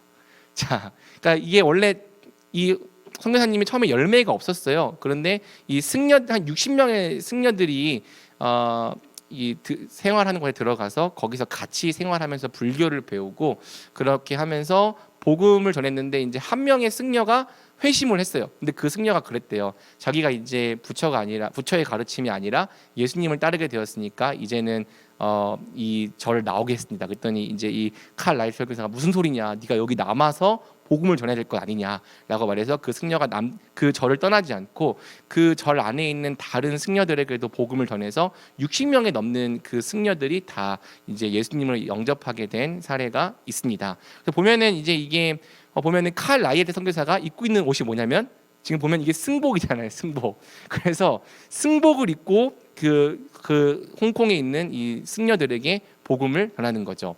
그러니까 승복 입으면 안 돼요?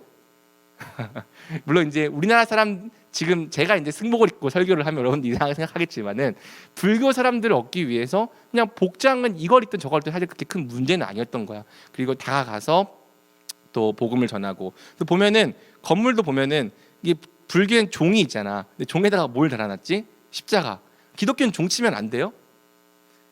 기독교도 여러분 다 옛날에 종 쳤던 거 알죠? 새벽에 이제 그 다 종탑에 있어가지고 땡땡땡 알려주면 근데 그 종을 기독교를 하고 또 보면은 이제 이게 이제 강대상 모습인데 옆에 십자가가 있고 여기 이거 다 한자가 제가 지금 못 읽는데 이게 다 말씀들과 관련된 것들로 이렇게 해놨습니다. 그러니까 형태는 이 불교 사람들한테 익숙한 형태로 만들어놨지만 실제로 이 안에 있는 모든 내용들이 기독교 본질적으로 기독교적인 내용인 것들이고 건물 자체도 이 사실 이 사람들에게 익숙하지만 건물이나 이런 것들이 기독교는 아니기 때문에 본질은 기독교이면서 문화적으로는 다른 옷을 입은 형태를 보여주는 거죠. 사실 이게 혼합주의에는 위험이 있긴 하지만 이거 뒤에 나오겠죠. 하지만 이 잘 분별하면서 이 문화적인 것과 본질적인 것들을 잘 구별을 해서 이 복음이 그 사람들에게 적합한 문화의 옷을 입게 할 때 생각보다 이게 낯설지 않은 거예요. 낯설지 않고 이국적이지 않으면서도 그 복음의 메시지들을 받아들일 수 있는 중요한 통로가 된다. 이 얘기를 해주고 있는 겁니다. 그 다음에 이제 외국 형식이 아닌 것, 구속적 유사 찾기. 자, 구속적 유사란 복음을 전하려고 하는 문화 안에 이미 존재하는 복음과 유사한 요소들을 말합니다. 하나님은 세계 열방의 모든 종족들이 예수님을 메시아로 인식할 수 있도록 구속적 유사를 통해 사람들의 마음을 미리 준비시키셨습니다. 로마서 1장 19절에서 20절을 보면 이는 하나님을 알만한 것이 그들 속에 보인다. 여러분 세상 사람들의 마음속에 다 신을 섬기는 마음이 있고 신이란 어떤 존재일 거야 이런 관념들이 존재를 해요. 근데 이런 것들이 존재할 수 있는 이유는 하나님의 일반 계시, 그러니까 하나님이 어떤 분이신지를 완벽하게 알지 못해도 사람들 마음속에 신은 이런 분일 거야, 신은 이런 존재일 거야, 신이 있다면 이런 일들을 하지 않을까, 이런 관념들을 심어 놓으셨고 그런 것들이 사실은 종교로 표출된다는 겁니다. 그래서 그러한 것들을 접촉점으로 이용을 해서 복음을 전할 때 굉장히 성공적이다라고 이야기를 하는 거죠. 86쪽으로 봐봐요. 그래서 이리안자라고 하는 인도네시아령 유기니 섬에 있는 이 하나의 지역이 있는데 거기에 사위족이라고 하는 종족이 있어요. 이 사위족은요 원수에게 자기의 아이를 맡겨 키우게 함으로써 화해하는 문화가 있었다고 합니다. 그러니까 어떤 종족끼리 이렇게 서로 이렇게 싸우고 전쟁 중인데 이 종족끼리 이 화해를 하려면은 이 족장이 자기의 이 아이를 그 다른 종족에게로 보내야 돼요. 그러니까 막 엄청 눈물을 흘리겠죠. 근데 이 아이를 보냄으로써 이 종족은 서로 화해를 하는 문화가 있었던 거예요.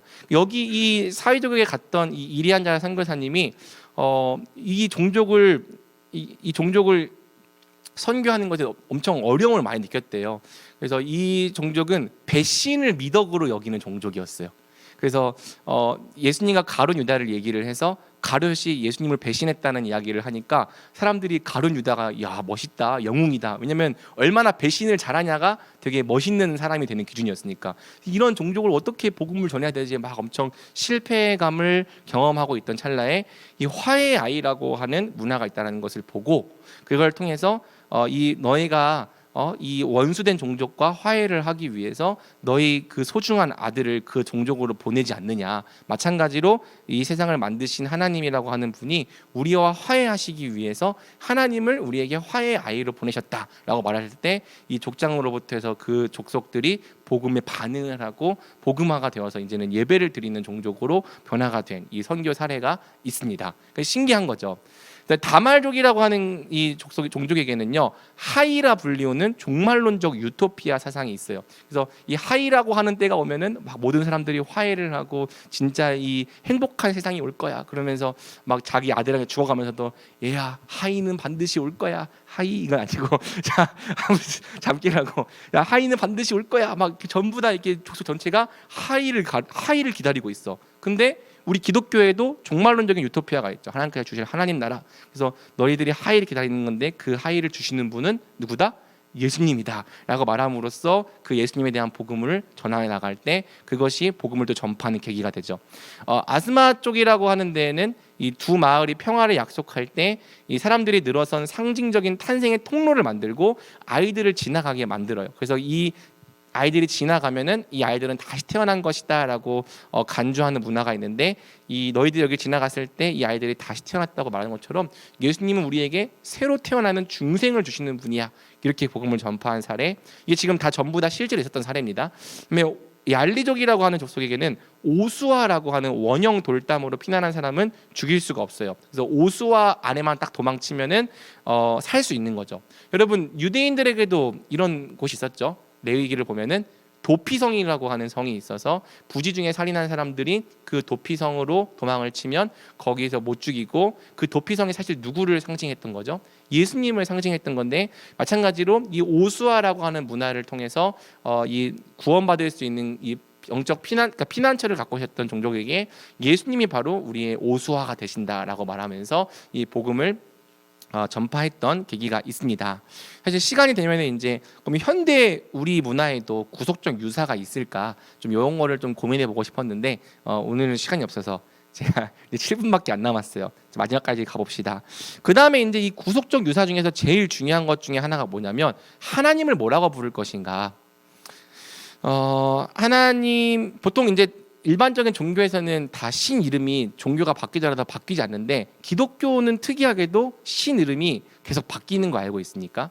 그러니까 우리가 미국의 영어권에서는 하나님을 가시라고 부르고, 우리나라는 하나님이라 부르고, 그러니까 이 지역마다 다 하나님의 이름을 부르는 게 다른데, 이것 역시 상황화라는 거죠. 자, 70인역, 여러분 그 예수님 당시에 그 70인역 헬라어 성경은 하나님을 어떤 이름으로 번역을 했냐면 데오스라고 번역을 했습니다. 원래 이 히브리어 성경에서는 엘로힘이라고 하는 이 단어를 하나님을 지칭하는 이름으로 사용했는데, 사실 이 엘로힘도 그냥 일반적인 신을 가리키는 명사인 거예요. 근데 그것을 하나님께 대한 용어로 사용했고, 이 데오스도 원래 헬라적인 신을 가리키는 이름이었는데, 그 성경을 번역할 때 그 일반적인 신을 가리키는 이 데오스를 우리 여호와 하나님을 가리키는 이 단어로 사용한 채택을 했습니다. 원래 로고스라고 하는 것도 그냥 이 예수님을 가리키는 단어가 아니라 그냥 헬라 철학에서 어떤 논리, 어떤 이성, 이런 것들을 상징하는 단어였는데, 그거를 이제 이용을 해서 이제 예수님, 영원한 말씀이신 예수님을 나타내는 표현으로 사용을 했죠.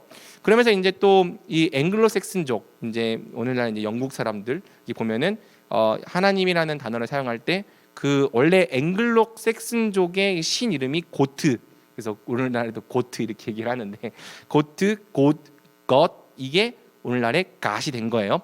그다음에 이제 미얀마 카렌족은 야와, 인도 산탈족은 타쿨지우, 원래 자기네들의 신의 이름이 있는데 그 신이 바로 성경이 말하는 하나님이다라는 걸 제시를 하는 거라서, 신의 이름을 바꾸지 않고 그 신을 하나님으로 설명해 가면서 참된 하나님으로 설명해 나갔던 거죠. 여러분, 신의 이름을 바꿔야 된다고 했으면 사실 굉장히 저항감이 있었을 거예요. 그렇지만 왜냐하면 너네가 믿는 신을 버리고 새로운 신을 믿으라는 게 되니까. 근데 너네가 믿는 신은 사실 이런 분이야라고 말하면서 아들을 예수 그리스도를 보내신 하나님을 설명해 나갈 때 굉장히 그 복음을 받아들이는 이 흡수율이 좋았다. 대한민국 같은 경우에는 여러분 원래 이 우리나라에 이 개신교가 들어오기 전에 뭐가 더 먼저 들어왔죠? 천주교가 먼저 들어왔죠. 천주교에서는 신을 뭐라고 불렀죠? 천주라 불렀어요. 천주. 그래서 천주교예요. 그래서. 근데 여러분, 천주 입에 붙어요, 안 붙어요? 안 붙지. 그러니까 천주시요, 천주제가 한자말을 조합해가지고 만든 신 이름인데, 우리나라에서는 천주라고 하는 말을 쓴 적이 없었어. 하니까 이게 하늘 아버지 또는 하늘의 주인이란 뜻이지만 용어적으로는 맞지만 되게 와닿지 않는 표현이죠. 근데 우리나라에서는 이미 하늘님이라고 부르는 것을, 이게 하늘님이 형태소로 바뀌면서 하나님이 되는 거거든요. 근데 원래 하나님이 그 하나라서 하나님이 아니라 하늘님을 부르는 말이 이제 그게 이제 하느님, 하나님이 된 거예요. 근데 해보니까 이게 우리나라 사람들 정서에 맞는 신 이름이고, 또 하나라고 하는 또 뜻을 또 부여하면은 유일신 사상이랑 잘 맞아서 우리 선교사님들이 되게 모여가지고 대한민국의 이 여호와 하나님 이름을 뭐라고 지을 것인가 했을 때 하나님이라고 정했어요. 근데 하나님이라고 정하니까 사람들이 굉장히 이 신이라고 하는 것에서 낯선 외국 신이라 생각하지 않고 굉장히 잘 받아들이는 그런 모습을 보였다. 그러면 뒤에 넘겨보면은 인도네시아 무슬림 사람들이 개종을 하면 하나님을 뭐라고 부를까? 맞아요. 그냥 알라라 부른대요. 왜냐하면 알라라고 하는 그 이름 자체에 절대자라고 하는 그 뜻이 있기 때문에. 그리고 사실 무슬림의 그 뿌리를 거슬러 올라가면 원래 그 다른 종교를 만들기 위한 그 종교가 아니라 이제 좀 이 성경을 설명하기 위한 주석과 같은 책이 꾸란이었다고 합니다. 어쨌든 그게 이제 이 기독교와의 불화를 통해서 완전히 다른 종교로 갔지만 이 알라라고 하는 이름 자체가 무슬림 사람들한테는 여전히 개종을 한 다음에도 하나님, 그러니까 우리는 진짜 알라를 참되게 섬긴다. 자, 우리에게 아들 예수 그리스도를 주신 알라를 믿는다. 이렇게 믿는다고 합니다. 몽골의 경우에도 우리나라랑 비슷한 역사가 있는데, 그러니까 이제 선교사가 들어갔는데 이 불교랑 혼합이 되는 게 너무 이제 두렵고 걱정이 돼서 신의 이름을 만들었어요. 유르텅칭 에쟁. 유르텅칭 에쟁이라고 이름을 만들었어. 우주의 주인이라는 뜻이야. 근데 원래 존재하지 않는 단어였는데 이 유르텅칭 에쟁이라고 하는 신이 존재해서 세상을 만들고 하니까 사람들이 복음이 잘 전파가 안 돼. 그러다가 토착 그 하나님을 부르는 호칭을 바꾸기로 했어요. 이 사람 몽골 사람들이 이 신을 지칭할 때 사용하는 단어는 보르항이라고 하는 단어인데 이 하나님을 보르항이라고 이런 걸로 바꾸자라고 말하면서 이 신을 이름을 보르항을 선택할 때 복음이 폭발적으로 전진했던 또 이러한 이 선교적인 사례가 있습니다. 그러니까 이해가 됩니까? 복음의 메시지를 그 문화에 맞게 상황화해주고 또 그 문화에 있는 접촉점들을 사용해서 복음을 전파한다. 자, 마지막 세계관의 변화와 회심. 자, 구속적 유사를 통해 접촉점을 찾고 복음의 메시지를 수용자의 문화에 맞게 상황화하여 전하는 이유는 결국 이를 통해 수용자의 세계관을 변화시키려 하는 것입니다. 자, 여러분, 그러니까 이게 잘 생각해봐야 되는데 왜 상황화를 하는가? 자, 아까 이제 사람들의 문화가 이게 이제 선교해야 되는 B라는 사람의 문화가 있고 A라고 하는 사람의 문화가 있어요. 근데 B라는 사람의 문화 안에는 행동과 신념과 그다음에 가치와 이 세계관이 이렇게 있겠죠. 4층이 있을 거예요. 여기도 4층이 있을 거예요. 그러면 사실 복음을 전하려고 하는 이유는 이 B라고 하는 사람의 뭘 바꿔주는 거죠? 여기를 바꾸는 게 목적인 거잖아. 그런데 이 A랑 B가 만나서 충돌하는데 뭐가 자꾸, 그러니까 사실 요 핵심은 어느 문화든지 다 받아들일 수 있는 보편적인 핵심인데 복음은 유대인도 받을 수 있고 이방인도 받을 수 있고 헬라인도 받을 수 있고 어느 민족에게나 구원하는 믿음인데 이 B라고 하는 사람이 A라고 하는 사람의 복음을 받아들이지 못하는 이유가 뭐야? 이 복음이라고 하는 것이 이 사람에게는 이 사람에 맞는 문화의 옷을 입고 있잖아. 근데 이 사람이 입고 있는 이 문화의 옷이 이 B라고 하는 사람들에서 볼 때는 굉장히 외국적이고 이질적이고 때로는 거부감을 느끼게 만드는 문화의 옷일 수 있겠죠. 그러니까 이걸 전해줘서 이 사람의 여기를 바꿔야 되는데 자꾸 이 복음을 전하려고 하는데 이 핵심을 전달하기 전에 이 사람이 입고 있는 문화의 옷이 자꾸 편견과 이 문화의 장벽으로 크게 작용을 하는 거예요. 그러니까 상황화를 하는 이유가 뭐냐면은 요거를 걷어보자는 거지. 요거를 걷어와서 최대한 얘랑 같은 옷을 입어보자. 그렇죠?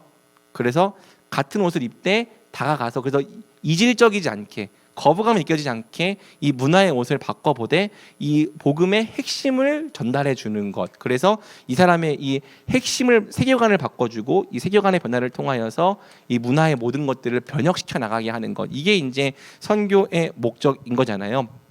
그래서 근본적인 삶의 변화는 문화적 표층이 아니라 세계관의 변화로부터 찾아오고 복음은 수용자의 세계관을 변화시킬 능력을 충분히 갖고 있죠.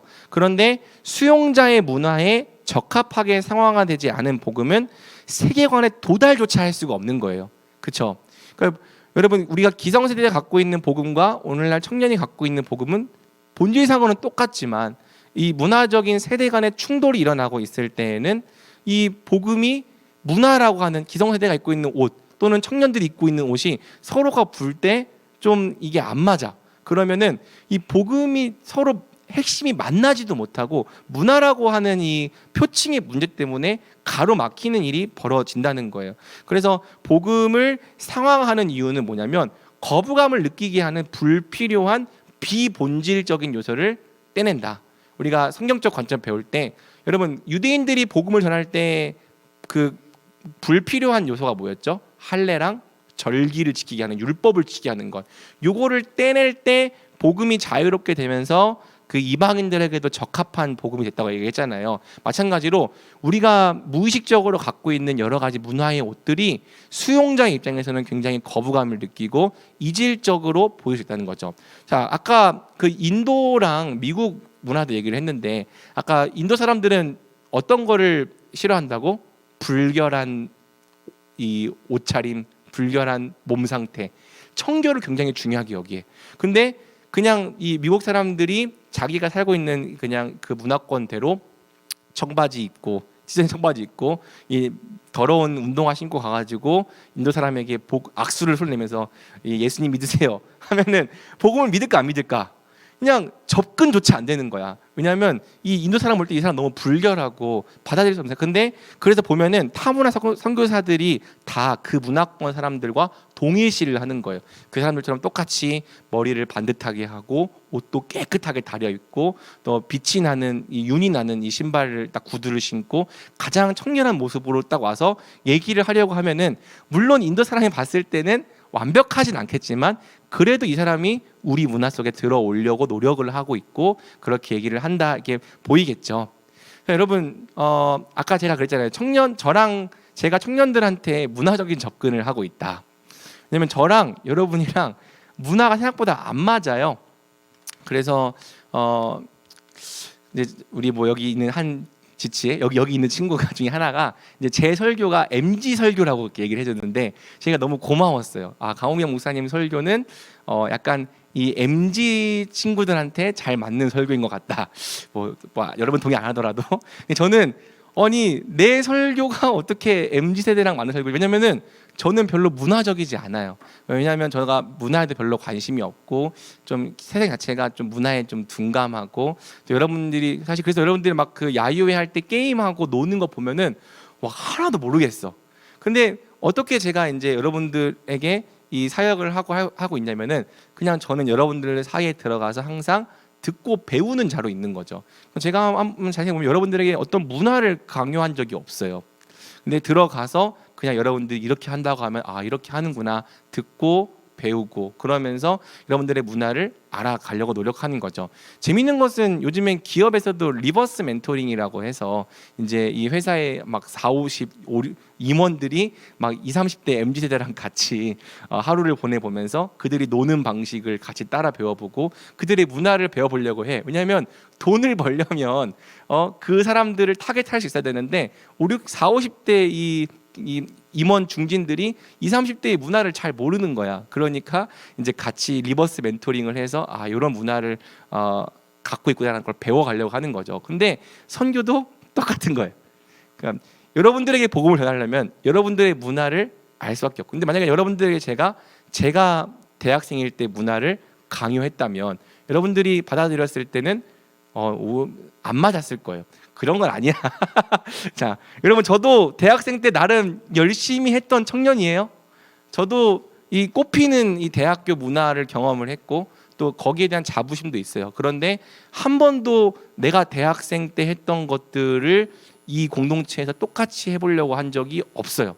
대부분은 여러분들이 스스로 꽃 피워내려고 하는 사역들이 인정해주고 동의해주고 여러분들이 할 수 있도록 뒤를 밀어줬던 거죠. 그리고 저는 대부분 세계관을 바꾸려고 하는 본질적인 설교를 했습니다. 그러니까 이 모든 것들이 다 사실은 선교적인 접근이었던 거예요. 그러니까 저랑 여러분들이 문화적으로 맞지 않지만 선교적인 관점에서 사역을 해낼 때 여러분들도 그냥 강호영 목사님은 솔직히 우리랑 이렇게 딱 어울려서 놀 수 있을 만한 그런 사람은 아니지만 그래도 그냥 꼴에 노력은 하시는구나 좀 그 정도 생각해 주는 거잖아요. 그래서 여러분들 뭐 제가 이번에 제주 아웃리치 제주 답사 갔다 올 때 뭐 스컬킹 그거 이제 열심히 하길래 제가 옆에서 열심히 배워서 다 들어갔더니 갑자기 다 들어가지고 저를 꼴찌로 그냥 내가 스컬킹을 하면은 나는 꼴찌로 쳐 박히는 거지. 그리고서 막 목사님 꼴찌 만든 거 되게 좋아했다는 거 다 알고 있지만 그냥 배우는 거예요. 여러분 사이에서. 이해가 됩니까? 제 문화를 한 번도 강요한 적이 없어요. 근데 여러분들도 사실은 다음 세대에게 복음을 전하거나 아니면 누군가에게 믿지 않는 사람들이 복음을 전할 때 그들의 문화 속에 들어가고 그들의 문화를 배우고 그들의 문화를 존중해 주면서 그들에게 맞는 형태로 복음을 전달해 주기 위해서 우리가 무엇을 할 수 있을까 이런 고민을 해봐야 한다는 거죠. 그래서 복음이 어떻게든 이런 문화적인 장벽에 가로막히지 않고 이 세계관으로 딱 건드리잖아요. 그러면 세계관이 바뀌면 그 문화에 알맞는 형태로 열매가 맺힙니다. 그러니까 복음이라고 하는 씨앗은 똑같은데 그 씨앗이 이 민족에게 심어지면은 이 민족의 문화에 맞는 형태의 교회가 세워져. 또 복음이라는 씨앗은 똑같은데 복음이 이 민족에게 심어지면은 이 민족에게 맞는 형태로 심어진다는 거죠. 그래서 여러분 우리나라의 사과가 외래에서 이렇게 들어온 사과래요. 그러니까 근데 이 사과가 미국인 이제 선교사가 자기가 이제 먹고 싶어서 이제 씨앗을 들여와가지고 1800년도 말인가 그때 갖고 왔을 거예요. 그래서 이제 그걸 딱 심었는데 미국에서 먹었던 사과 맛이랑 우리나라에서 먹었던 사과 맛이랑 같을까요, 다를까요? 같은 씨앗인데 다르대요. 우리나라 사과가 막 훨씬 맛있었다고 그러더라고요. 그게 그 지역의 대구였다고 합니다. 그 대구 사과가 지금도 유명하죠. 그러니까 같은 씨앗이어도 그 토양이 다르고 환경이 다르면 다른 맛에 다른 열매가 나와요. 하지만 그 본질은 똑같죠. 그래서 이것을 역동적 등가 교회라고 보는 거예요. 그러니까 뭐는 다르다, 문화는 다르다. 그냥 뭐는 같다, 본질과 교리는 같다. 자, 박스 한번 제가 읽어보겠습니다. 오늘 조금 시간이 오버하는데, 자, 불행하게도 선교사들은 때때로 복음을 마치 화분에서 자란 화초처럼 생각한다. 그래서 화분채로 가져다 옮겨 심어 자라게 하면 된다고 생각한다. 무슨 뜻이냐? 선교를 할 때 복음이라고 하는 씨앗을 심는 게 아니라 이 자기들이 갖고 있는 문화적으로 완성된 기독교를 똑같이 전달하려고 한다는 거죠. 찬양도 똑같이 부르고 예배 형식도 똑같고, 근데 복음은 씨앗으로 심어져야 한다. 그렇게 함으로 그것을 받는 사람들의 문화적 토양 안에서 싹을 틔우고 그것의 비와 영양분으로 자라나야 한다. 땅 위에서 봤을 때 참된 복음의 씨앗에서 나온 싹들은 그것을 전해준 사회의 모습과는 상당히 달라 보인다. 하지만 땅 밑 곧 세계관 차원에서 보면 뿌리가 같고 생명의 근원이 같음을 알 수 있다. 진정으로 상황화된 교회에서는 메시지가 본질적으로 같으며 우리가 믿는 주요 교리들이 뚜렷하게 나타난다. 왜냐하면 교리들이 성경에 근거하고 있기 때문이다. 그래서 여러분 2000년 전에 예수님을 따랐던 사람들의 문화와 오늘날 우리가 예수님을 따르는 문화는 분명히 다를 거예요. 2000년 전에 문화를 따르는 사람들이 새벽 기도는 안 했겠죠. 그거는 우리나라 대한민국의 이 새벽에 기도하는 문화가 복음을 만났을 때 싹 튀어낸 그 문화인 거고, 또 이게 오늘날에는 오늘 청년들 또 안 맞아. 그러니까 이 월삭 기도회를 자꾸 안 나와. 여러분 다 나와야 합니다. 근데 아무튼 이 우리 청년들에게 싹 튀어내는 그런 이 기독교 문화는 분명히 굉장히 다르겠지만 또 그것이 성경적으로 봤을 때 굉장히 올바르고 또 하나님께서 보실 때는 또 하나의 아름다운 교회일 수 있는 거죠. 그러니까 성교적으로 보면은 인정할 수 있는 거예요. 더 본질을 보니까. 근데 막 오늘날에 뭐 어떤 찬양은 이거 성경적이지 않니네 그러면서 막 유튜브 만들어가지고 저격하고 있고 이런 거 보면은 속이 터지는 거지. 너네가 진짜 알고 이렇게 얘기를 하는 거냐? 왜냐하면 하나님께서 그것들을 어떻게 보실지 사실 모르는 건데, 물론 건강하게 성경에 비춰서 비판을 할 수 있지만 내가 이 갖고 있는 문화대로만 성경 하나님을 따라야 된다. 이것은 굉장한 오류인 겁니다. 어떤 극단적인 이제 사람들은요, 이 칼빈이 시편 찬송가를 불렀다고 해서 그래서 참된 찬양은 시편 말씀으로 만든 가사로만 찬양하는 게 참된 찬양이다. 그럼 CCM들 다 잘못된 거. 그거는 인간이 자기 생각으로 만든 가사니까 다 오류가 있는 찬양. 시편만 불러야 하나님 찬양 이렇게 말하는 사람들이 여전히 오늘날에도 있어요. 또 청교도 극단주의자들 이런 사람들 보면 있지만은 제가 이제 그러한 쪽을 따라가지 않는 이유는 그래서 그러한 사람들은 확장성이 없어. 그냥 자기들끼리만 모여가지고 우리가 옳은 사람들이야, 우리는 의롭다 이러고만 있을 뿐인 거죠. 근데 복음이 다른 사람들에게로 전파되려면은 이러한 문화적인 차이를 뛰어넘고 인정할 수 있어야 된다는 거예요. 자, 반대로 상황화의 목적을 세계관의 변화에 두지 않고 표층적인 부분만 기독교적으로 대체하면 뭐가 된다? 드디어 이제 혼합주의가 되는 거예요.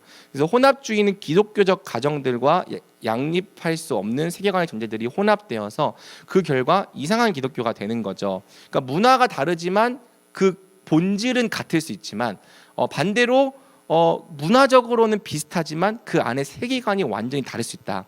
그래서 기독교 의식들을 마술로 여기거나 성경 말씀을 주술처럼 사용하는 거죠. 이런 거죠. 내가 엄마 아빠 무서워요. 오늘 귀신 꿈꿀 것 같아요. 그래, 주기도문 10번 외우고자. 마치 주문처럼 이제 사용하는 거고, 인도 같이 범신론적이고 다신론적인 이 세계관 안에서는 복음을 전하면은 좋다고 해요. 그러면서 예수님을 이제 수많은 신들 중에 하나로 딱 놓고 바뀌는 거죠. 남미에서는 교회 안에서 버젓이 이교 점술과 마술을 행하는 거고요. 사랑과 관용으로 동성애를 받아들이고 동성 간 결혼도 인정해야 한다는 것 말하는 것 역시 세계관을 바꾸지 않은 채 그냥 그 자기들의 문화를 기독교와 이제 혼합해 버린 형태라고 할 수 있습니다. 그래서 혼합주의는 세계관의 영역에서 일어나는 일들을 간과할 때 벌어진다. 그래서 88쪽 마지막 봅니다. 기독교를 성유신적으로 표현할 때 혼합주의의 위험은 늘 있기 마련이지만, 그러니까 이런 위험은 있다는 거예요, 항상. 하지만 신약에 기반을 둔 기독교를 체험하기 위해 상황화는 불가피한 일이다, 해야 된다는 거죠. 그래서 기독교는 생동감이 넘치고 역동적이며 문화에 적합해야 합니다. 그러려면 새로우면서도 문화적으로나 성경적으로 적합한 방법이 무엇인지 항상 고민해보고 실험해봐야 하는 거고요. 그 다음에 이제 아까 얘기했던 것처럼 문화 상대주의가 답이 아니라 기독교와 양립할 수 없는 것들도 있기 때문에 어떤 것은 계속하게 해도 어떤 것은 그만두게 할지 고민이 필요하죠. 예를 들어서 우리나라 같은 경우에는 천주교는 대한민국의 제사를 인정했습니다. 그래서 천주교 신자들은 가정에서 드리는 제사들 오케이 했어요. 근데 개신교에서는 안 된다. 이거는 우상을 섬기는 행위다라고 해서 그만두게 했습니다. 이런 고민들이 있다는 거예요, 실제적으로는.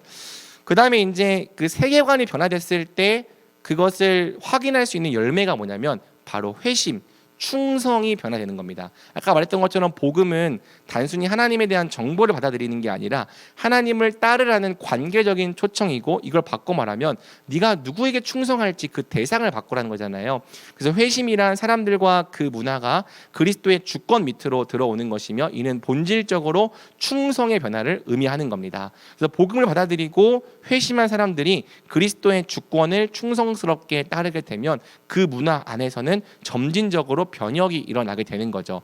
여러분, 바울이 복음을 전할 때 노예 제도를 폐지하라고 하지 않았어요. 하지만 그 기독교를 받아들인 이 민족들이 이 성경적인 가치를 발전해 나가니까 그 문화 안에서 이거 노예 제도는 성경적으로 옳지 않은 제도야, 이렇게 하면서 노예 제도를 이제 윌리엄 윌버포스처럼 폐지하는 일이 벌어지는 이유는 뭐냐면 그 문화 안에서 사람들이 예수 그리스도를 따르기 시작할 때 그 문화를 변혁시켜 나가기 때문인 거죠. 그래서 복음은 수용자들에게 탈문화, 너가 있는 그 문화를 떠나라 요구하지 않는다. 오히려 그 문화 속에서 예수님을 따를 것을 요구한다. 그러나 복음을 믿는다고 하는 것은 충성의 대상이 바뀌기 때문에 이제는 내가 예수 그리스도께 충성하며 살아가기 되기 때문에 결국에는 이 예수 그리스도께 충성하며 살아가는 사람들이 자기가 속한 그 문화 안에서 변혁을 일으키게 된다는 것, 이게 이제 성경적으로 이 세상을 선교해 나가고 복음으로 세상을 변화시켜 나가는 원리인 겁니다.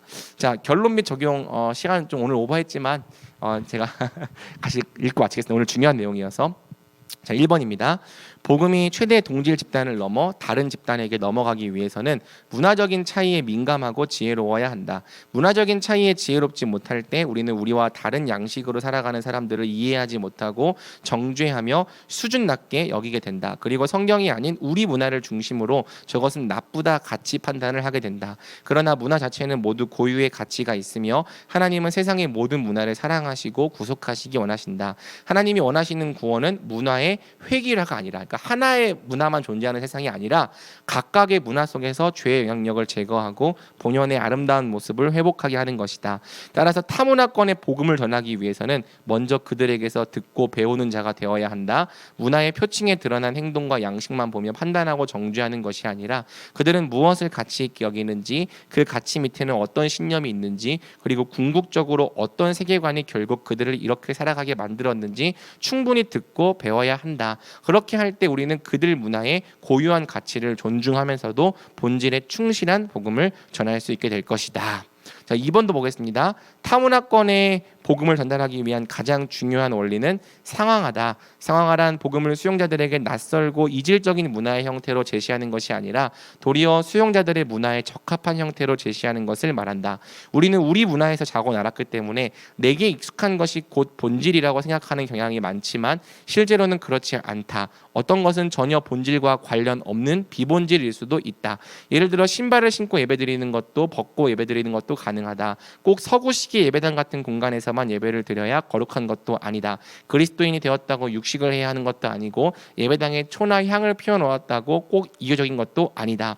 어떤 부분들은 예수님을 따르는 데 있어 거의 본질과 관련이 없는 부분들이다. 그러나 실제로는 바로 그 문화적인 부분들 때문에 기독교를 낯설게 여기고 거부한다. 복음 안에는 그들에게 정말 필요한 구원의 메시지가 있는데도 말이다. 상황화의 참된 모범은 예수님의 성육신이다. 그분은 본래 어떤 문화에도 얽매이지 않는 보편적인 진리 그 자체시지만 사람의 몸을 입고 유대인의 문화 속으로 들어오셔서 철저히 유대인으로 사셨다. 그러면서도 그들은 유대인과 세상을 변혁시킬 진리의 복음을 제시하셨다. 상황하란 곧 성육신이다. 복음은 다시 한번 그 문화에 가장 알맞은 형태로 성육신 되어야 한다. 마지막 3번. 한편 상황화의 궁극적인 목적은 세계관의 변화임을 잊어서는 안 된다. 우리가 우리 문화의 옷을 벗고 그들에게 익숙한 형태로 상황화하여 다가가는 이유는 단순히 기독교를 혼합주의 형태로 만들기 위해서가 아니다. 도리어 비본질적인 부분에서의 장애물을 치우고 세계관의 측면에서의 참된 변화를 도모하기 위해서이다. 세계관의 변화는 주인의 변화, 생각과 가치의 변화, 삶의 변화, 모든 부분에서 변화를 가져온다. 그 모습은 본래 복음을 전해주었던 나라의 문화와 혹 크게 다를지라도 여전히 본질에 충실할 수 있으며 복음의 또 다른 문화적 표현이 될 수 있다. 네, 사실 하고 싶은 얘기가 굉장히 많은데 여러분들을 8시까지 잡아놓을 수는 없는 노릇이니까 한번 고민을 좀 많이 해보면 좋겠어요. 오늘 배웠던 내용에 사역의 모든 원리가 다 들어가 있습니다.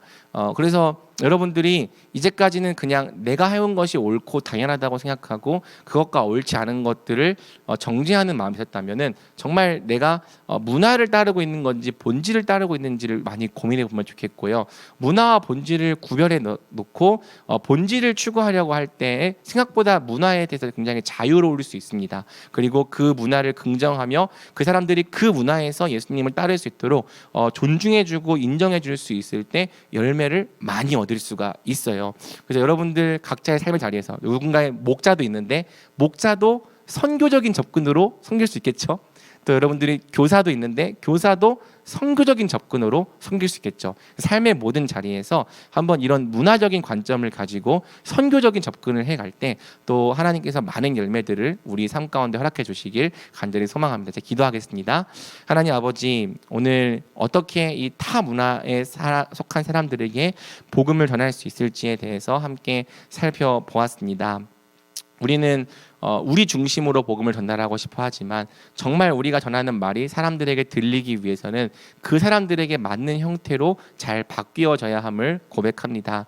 주님, 우리를 더욱더 낮추고 또 더욱더 듣고 배우는 자가 되어서 사람들에게 적합한 형태로 복음을 들려줄 수 있는 사람이 되게 하여 주옵시고, 우리가 낮추고 우리의 모습을 겸손하게 하여 다가갈 때 하나님, 그 사람들의 세계관이 바뀌고 또 삶이 바뀌어서 정말 이 그리스도의 복음을 기쁘게 받아들일 수 있는 역사도 허락하여 주시옵소서. 오늘 또 늦은 시간까지 함께 모여서 훈련에 참여한 우리 청년 모든 지체들 주께서 축복하여 주옵시고 또 이 문화적인 관점을 통하여서 앞으로 교회에서 다양한 사역들을 진행해 나가는 동안 더욱더 지혜롭게 사역을 감당할 수 있도록 주여 은혜 베풀어 주시기를 간절히 원합니다. 예수님의 이름으로 기도드립니다. 아멘.